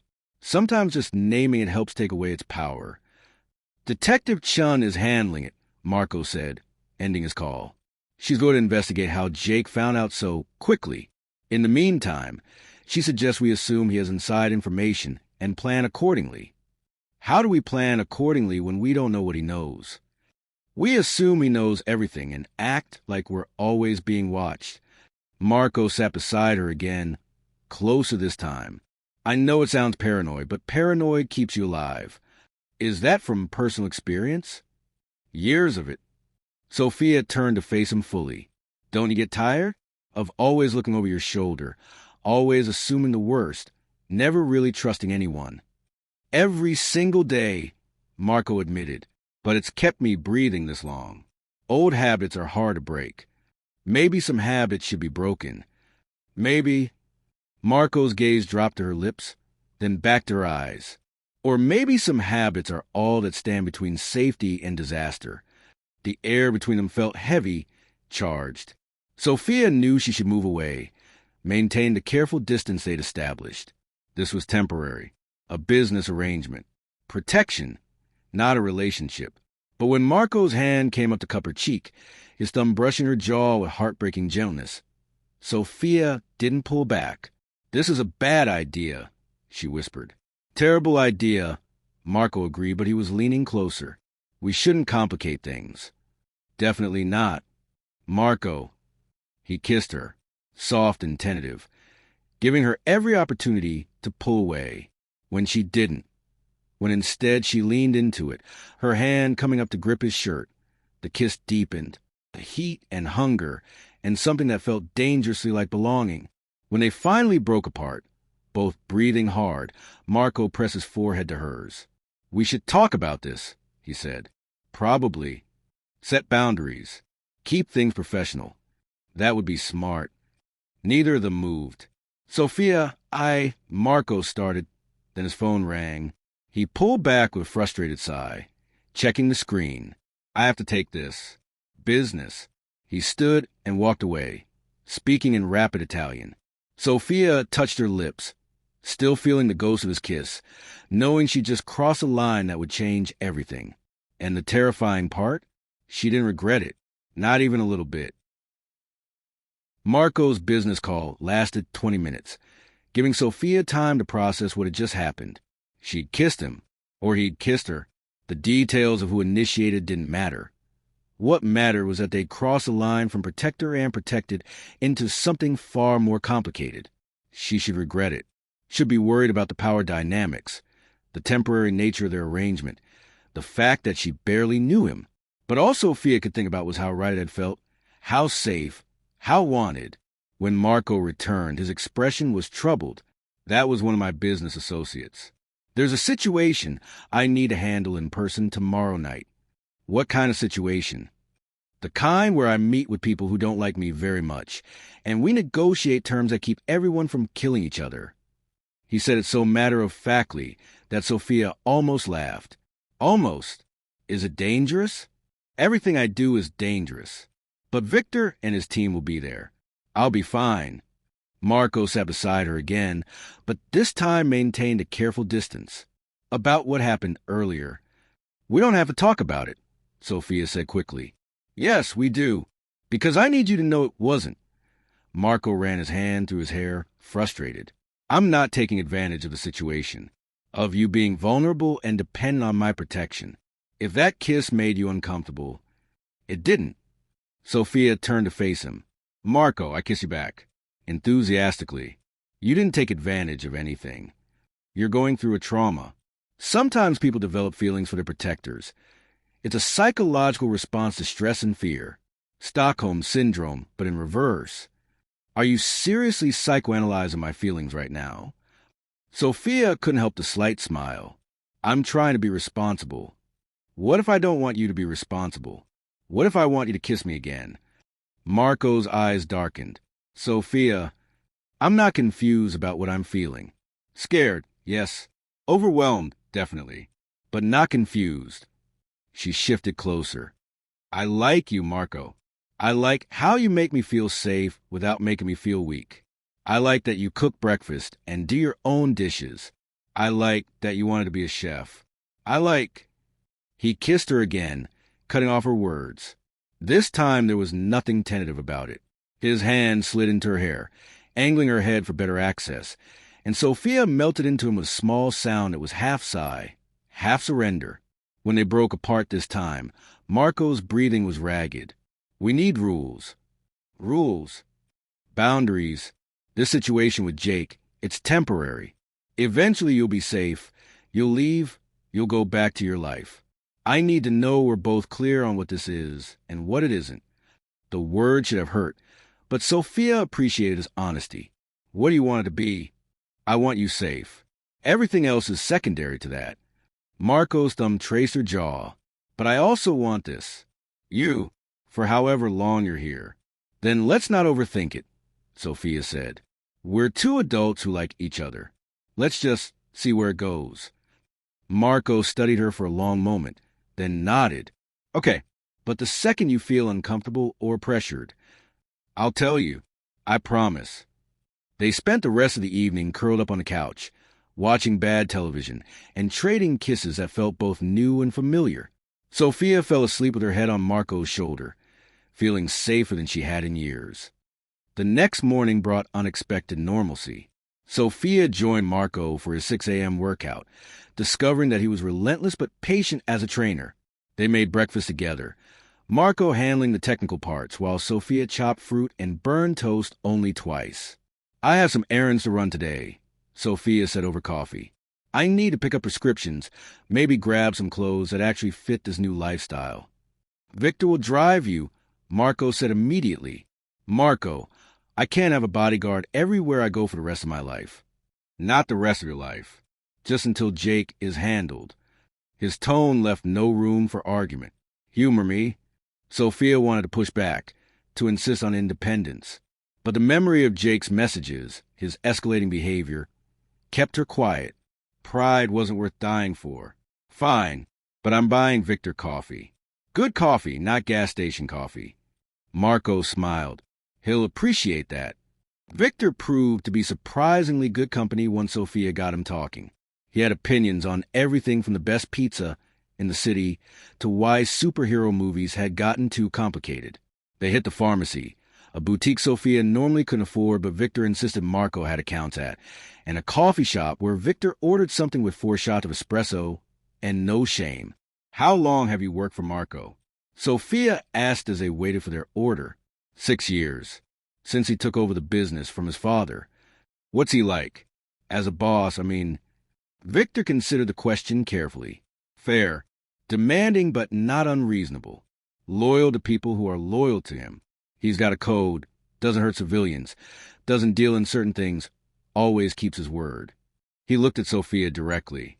He's a good man in a bad business. That's rarer than you'd think.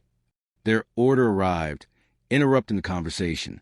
But Sophia tucked Victor's words away, adding them to her growing understanding of Marco Valentini. They were walking back to the car when Sophia saw him. Jake stood across the street, partially hidden by a bus shelter. But she'd recognize the build anywhere, that way of standing with false casualness. Victor, she said quietly, her heart starting to race. Victor followed her gaze and his entire demeanor changed. Get in the car. Now. But Jake had already seen them. He started across the street, dodging traffic, his face twisted with anger. Victor stepped between Sophia and Jake's approach, one hand inside his jacket, where Sophia knew he kept his gun. That's close enough, Mitchell. Jake stopped about 10 feet away, swaying slightly. Drunk. At 11 in the morning. He was drunk. Sophia, a baby, please, Jake slurred. Just talk to me. 5 minutes. That's all I'm asking. You're violating a restraining order, Victor said calmly. I suggest you leave before I call the police. I just want to talk to my girlfriend. Ex-girlfriend, Sophia corrected, finding her voice. Her hands were shaking, but she refused to show fear. We're done, Jake. We've been done for 3 months. You need to accept that and move on. Move on? To him. Jake's laugh was bitter. You think Valentini actually cares about you? You're just a toy to him. Sophia. A distraction. When he gets bored, he'll throw you away like garbage. And then where will you be? The words stung because they echoed her own fears. But Sophia refused to let Jake see that. That's my choice to make. Not yours. You don't get a say in my life anymore. I love you.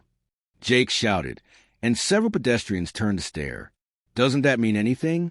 No, Sophia said firmly, because love doesn't look like what you did to me. Love doesn't leave bruises. It doesn't break into apartments or send threatening messages. You don't love me, Jake. You just can't stand losing control. Jake's face flushed dark red. You bitch. You ungrateful. Victor moved so fast Sophia barely saw it. 1 second Jake was yelling. The next he was face down on the sidewalk with Victor's knee in his back and his arm twisted at a painful angle. I'm calling this in, Victor said, pulling out his phone.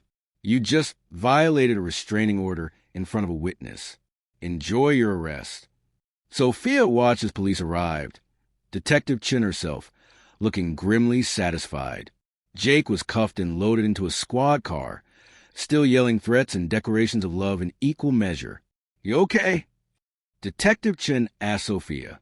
I think so. Shaky, but okay. This is good for us. He violated the order within 24 hours of it being filed. The judge won't be sympathetic. We can push for jail time, mandatory counseling, and the works. How long can you hold him? Depends on bail. But with his behavior, his financial situation. Detective Chin smiled coldly. I'd say at least a few days. Maybe longer if we're lucky. After giving her statement, Sophia climbed into the SUV with Victor. Her hands were still trembling, adrenaline making her feel jittery and strange. You did good, Victor said as he navigated through traffic. Stood your ground. Didn't let him see you scared. I was terrified. Being brave doesn't mean not being scared. It means being scared and doing it anyway. Back at the penthouse, Marco was waiting. Victor must have called ahead because Marco pulled Sophia into his arms the moment she stepped off the elevator. I'm okay, she said into his chest. Victor handled it. I should have been there. You can't be everywhere. Sophia pulled back to look at him. But Jake's been arrested. Detective Chen thinks they can hold him for at least a few days. Good. Marco's expression was dark. That gives us time to make sure when he gets out, he understands exactly what happens if he comes near you again. Something in his tone made Sophia nervous. Marco, what are you planning? Nothing illegal, just a conversation between men about consequences and choices. That doesn't sound like nothing illegal. Marco smiled, but it didn't reach his eyes. Trust me. And despite every logical reason not to, Sophia did. Jake's arrest bought them 3 days apiece. 3 days when Sophia could breathe without constantly looking over her shoulder, where she could leave the penthouse with Victor without scanning every face for her exes. 3 days that felt almost normal, if normal, included living in a luxury penthouse with a man who was equal parts criminal and caretaker. Detective Chun called on the second day with an update. The judge set bail at $50,000. Jake's mother is trying to scrape it together, but she's having trouble. His gambling debts have caught up with him. Apparently some of his creditors have been very insistent lately. Sophia glanced at Marco, who was pretending not to listen while making lunch. She bet anything that those suddenly insistent creditors had received a phone call from someone in Marco's organization. How much time do we have? Sophia asked. Maybe another 2 days, maybe a week. Hard to say. But Sophia, when he gets out, he's going to be angry, humiliated. That makes him more dangerous, not less. After the call ended, Sophia confronted Marco. You're making it harder for Jake to make bail. I'm not doing anything, Marco said innocently. If his creditors are suddenly concerned about repayment, that's just unfortunate timing. Marco, he violated a restraining order within hours of being filed, Sophia. He confronted you on the street in broad daylight. Every day he's behind bars is a day you're safer. Marco set down his knife, his expression serious. I won't apologize for that. Sophia wanted to argue about ethics and legal boundaries, but the paralegal in her knew Marco was right. Jake in custody meant Jake couldn't hurt her. Everything else was just details. Fine, she conceded, but no more surprises. If you're going to manipulate my ex's life, at least tell me about it first. Deal. Marco's smile was genuine this time. Now, about tonight, your mysterious, dangerous meeting. It's not mysterious. It's a negotiation with some business associates about territory and profit sharing. Very boring, very corporate, just with more guns. That's not reassuring. Marco crossed to her, tilting her chin up with one finger. I've been doing this for 6 years. I know how to handle myself. Victor and 4 other security personnel will be there. I'll be home by midnight.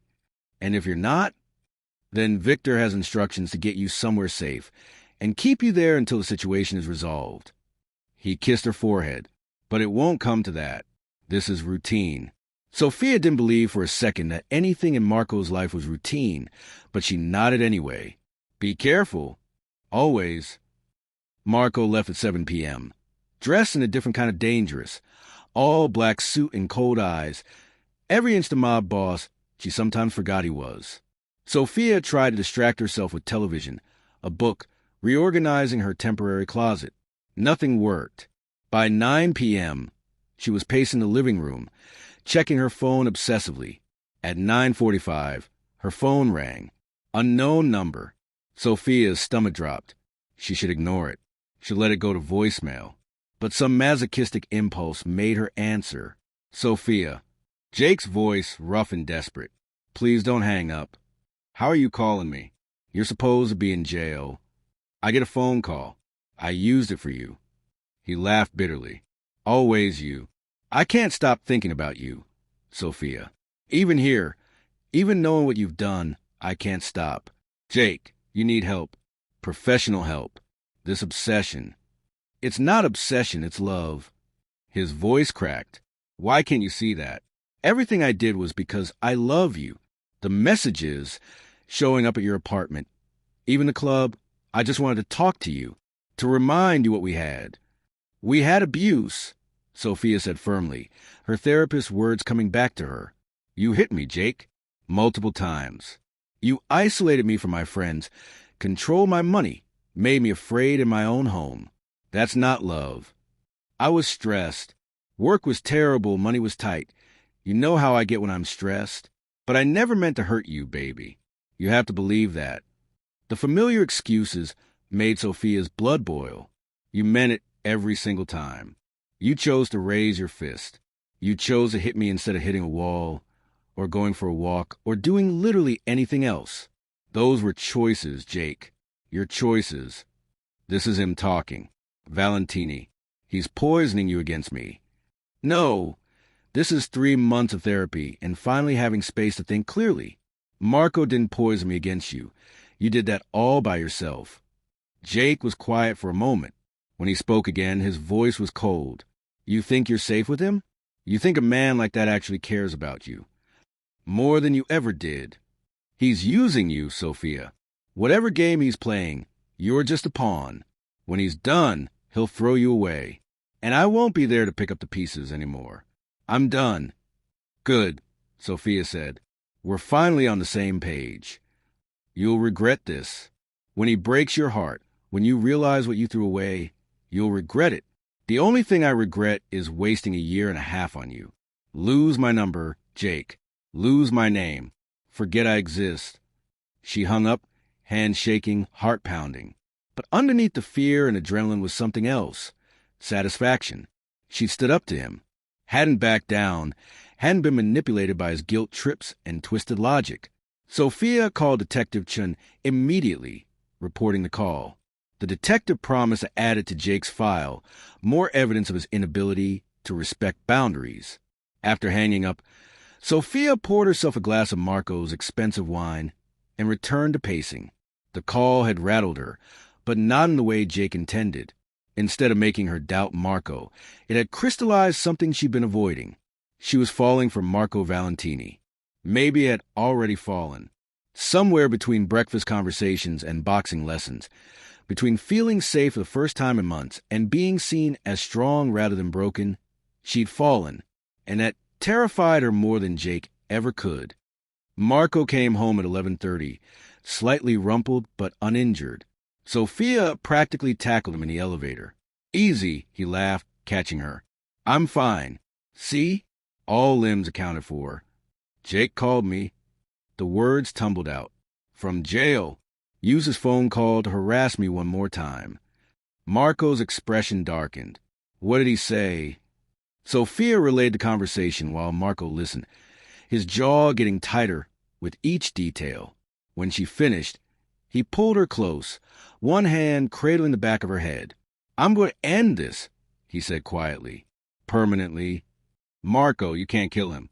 I'm not going to kill him. Marco pulled back to look at her. But I am going to make sure he understands that you're completely off limits. That even thinking your name will have consequences he can't afford. How? Let me worry about that. You just focus on moving forward. His thumb brushed her cheek. How are you? Really angry, tired, relieved that I finally told him off without backing down. Sophia managed a smile. Weirdly proud of myself. You should be. What you did took courage. Marco kissed her forehead. I'm proud of you two. They stood like that for a moment, wrapped in each other, the city lights twinkling through the windows. Sophia felt the last of her adrenaline drain away, leaving only exhaustion and a bone-deep need to be close to someone who made her feel safe. Stay with me tonight, she said quietly. Just sleep. I don't want to be alone. Marco, search her face. You're sure? I'm sure. They fell asleep in Sophia's bed. Fully clothed, Marco's arm around her waist and her back pressed to his chest. For the first time since this whole nightmare began, Sophia slept deeply and dreamlessly, protected by something stronger than locks and security systems. Protected by choice, by trust, by the growing certainty that whatever happened with Jake, whatever came next, she wouldn't face it alone. Morning brought news that changed everything. Jake made bail. Detective Chin said over the phone, her voice grim. His mother mortgaged her house. He was released an hour ago. Sophia's blood ran cold. Where is he now? Unknown. He's supposed to check in with his probation officer, but he won't. Sophia knew it with absolute certainty. Jake had nothing left to lose now. His job, his apartment, his freedom, all gone, and in his twisted logic, it was all Sophia's fault. Marco was already on his phone, speaking rapid Italian to Victor. Within minutes, security doubled at the penthouse. Victor positioned men in the lobby, the parking garage, even on the rooftop. He won't get near you, Marco promised. But we need to draw him out, end this permanently. What are you thinking? Marco's smile was cold and calculating. I'm thinking Jake wants you. So we give him what he wants, or make him think we are. Set a trap. Let him come to us on our terms, in a controlled environment. You want to use me as bait. I want to end this, so you can have your life back. Marco took her hands. But I won't do anything you're not comfortable with. This is your choice, Sophia. Always your choice. Sophia thought about living in fear, always looking over her shoulder, waiting for Jake to make his next move. Thought about the alternative, facing him one final time with Marco's protection, ending the nightmare on her terms. What's the plan? She asked. Marco's smile turned predatory. Let me tell you. The plan was simple, which Marco insisted was what made it effective. Sophia would go to a coffee shop she used to frequent. Public cameras everywhere, but isolated enough that Jake would feel bold. Victor and 2 other security personnel would be nearby, but out of sight. Marco would be watching from a van across the street. The moment Jake approached, they'd move in. We got him on camera, violating the restraining order again, Marco explained. Threatening you, ideally. Detective Chun will be standing by to make the arrest. With 2 violations and the phone call from jail, the judge will revoke bail. He'll stay locked up until trial. And if he doesn't show? Sophia asked. Then we try again tomorrow. And the next day, eventually, his obsession will override his self-preservation. Men like Jake always make that mistake.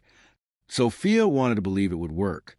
But she learned the hard way that plans rarely survive contact with Jake's particular brand of unstable. They set the trap for the next afternoon. Sophia dressed carefully. Nothing too provocative. Nothing that Jake could use to justify his behavior in his twisted logic. Just jeans and a sweater. Her hair pulled back, minimal makeup. She looked like herself. The self she'd been before Jake had tried to break her.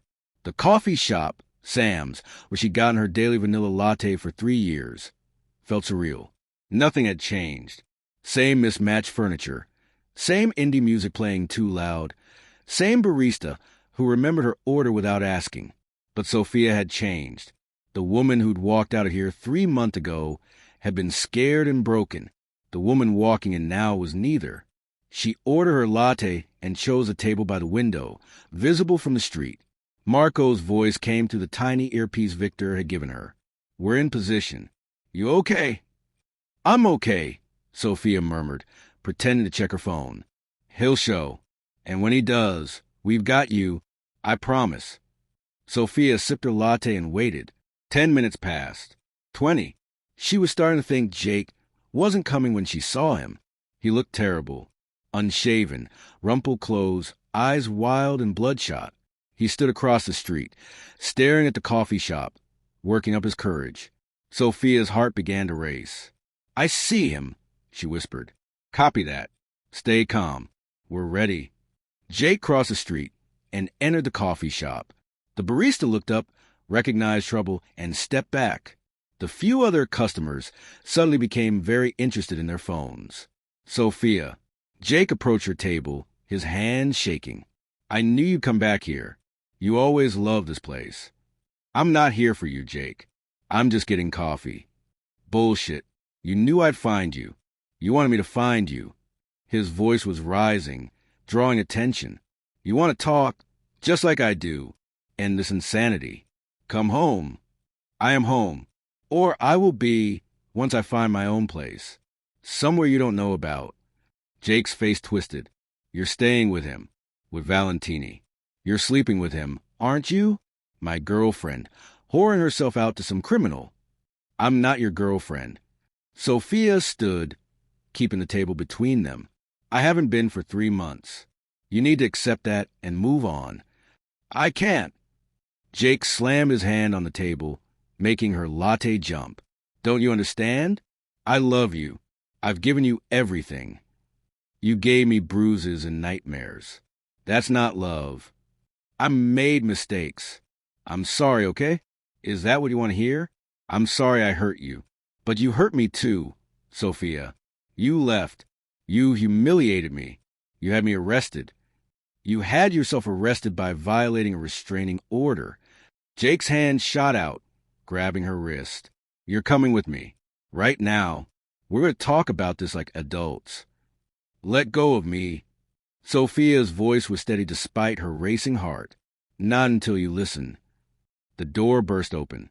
Victor moved like a force of nature, crossing the coffee shop in 3 strides and wrenching Jake away from Sophia.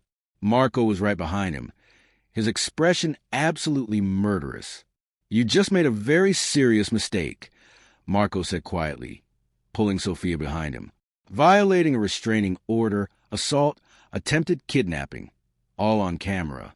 He gestured to the coffee shop security system. "Detective Chen is going to love this."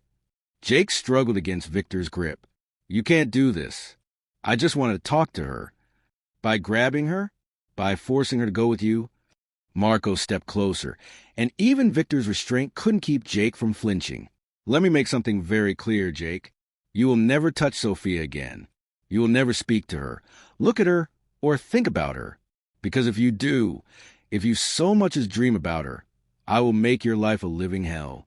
"You don't scare me," Jake said, but his voice shook. "Then you're stupider than I thought." Marco's smile was ice. "See, I've spent the last week documenting every illegal thing you've ever done. The embezzlement from your last job. Yes, I found proof.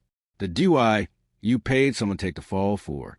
The online harassment of 3 other women besides Sophia. I have all of it. And if you ever come near her again, I'll make sure every law enforcement agency in the state gets a copy." Jake's face went white. "You're bluffing." "Am I?" Marco pulled out his phone, showing Jake a screen full of documents. "I also paid off your gambling debts. Every cent. Which means now those people work for me. And if I tell them you need a reminder about respecting boundaries, they'll be happy to provide one. That's you can't." "I already did." Marco pocketed his phone. "So, here's what's going to happen. Detective Chun is going to arrest you. You're going to plead guilty to stalking and assault. You're going to accept whatever sentence the judge gives you. And when you get out, you're going to leave the city and never come back. Because if you don't, if I even hear a rumor that you're thinking about Sophia, you'll discover exactly what happens when you make an enemy of me. Detective Chen entered the coffee shop, handcuffs ready. Jake Mitchell, you're under arrest for violation of a restraining order, assault, and attempted kidnapping. As Chen read his rights, Jake's eyes found Sophia one last time. She saw the moment he finally understood. Finally accepted that she was gone, that no amount of harassment or threats would bring her back. The obsession in his eyes flickered and died, replaced by defeat. I hope he's worth it, Jake said bitterly as Chen cuffed him. Sophia looked at Marco, this complicated, dangerous, surprisingly gentle man who protected her without making her feel weak, who'd given her space to heal while offering her safety. He is. Jake was led away. The coffee shop erupted in chatter. Customers pulling out phones call friends and share the drama. Sophia stood frozen, adrenaline still coursing through her veins. It's over, Marco said softly, taking her hand. He can't hurt you anymore. You really paid his gambling debts. I really did. Easiest $30,000 I ever spent. The people he owed aren't the forgiving type. They'll keep him in line better than any restraining order. Sophia should probably object to the casual criminality of it all. Instead, she just felt relieved. Thank you. For everything. For keeping your promise. I told you he wouldn't touch you again. I meant it. They left the coffee shop, Victor leading the way to the waiting SUV. As they drove back to the penthouse, Sophia felt something shift inside her. The fear that had been her constant companion for months was finally, truly gone. Jake was going to prison. Marco had made sure he'd never be a threat again. She was free. 2 weeks later, Sophia stood in the penthouse living room, surrounded by packed boxes. Not leaving boxes this time. Staying boxes. Her things from storage, her books and photographs and beloved coffee mugs, ready to be integrated into the space she'd started thinking of as home. You're sure about this? Marco asked, leaning against the doorframe.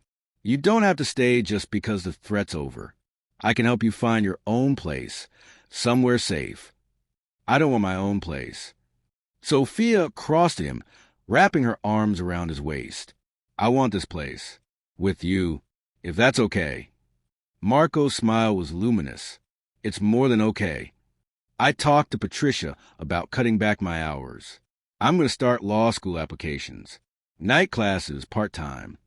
Sophia felt excitement flutter in her chest. Figure I should stop putting my dreams on hold. I think that's brilliant. You'll make an incredible lawyer. And you're going to teach me to cook. Real cooking, not just scrambled eggs. Demanding, aren't you? You have no idea.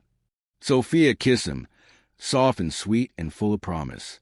Jake pleaded guilty to all charges and received 18 months in prison plus mandatory counseling. His mother had moved to Arizona to be closer to her sister, cutting ties with her son's toxic behavior. The last Sophia heard, Jake was a model prisoner, mainly because Marco's associates had made it clear that any trouble would have consequences. Sophia didn't waste energy thinking about him anymore. She was too busy building a life, her life, on her terms. Law school started in the fall. She'd reconnected with friends she'd lost during the Jake years. She'd even started teaching a self-defense class at the community center with Victor's help. And every morning, she woke up in Marco's arms, safe and wanting completely, utterly free. I love you, Marco said one night, the word simple and true. Sophia smiled, kissing the tattoos on his chest. I love you too. It had started with desperation, a terrified woman sitting on a stranger's lap, begging for protection. But it had become something neither of them expected, something real, something worth fighting for. The Mafia boss had made a promise. He won't touch you again. He'd kept it, and in the process, he'd given Sophia something far more valuable than safety. He'd given her a future, a home, a love built not on fear and control, but on trust and choice and the beautiful, complicated truth that sometimes salvation comes from the most unexpected places. 3 weeks had turned into forever, and Sophia wouldn't have it any other way.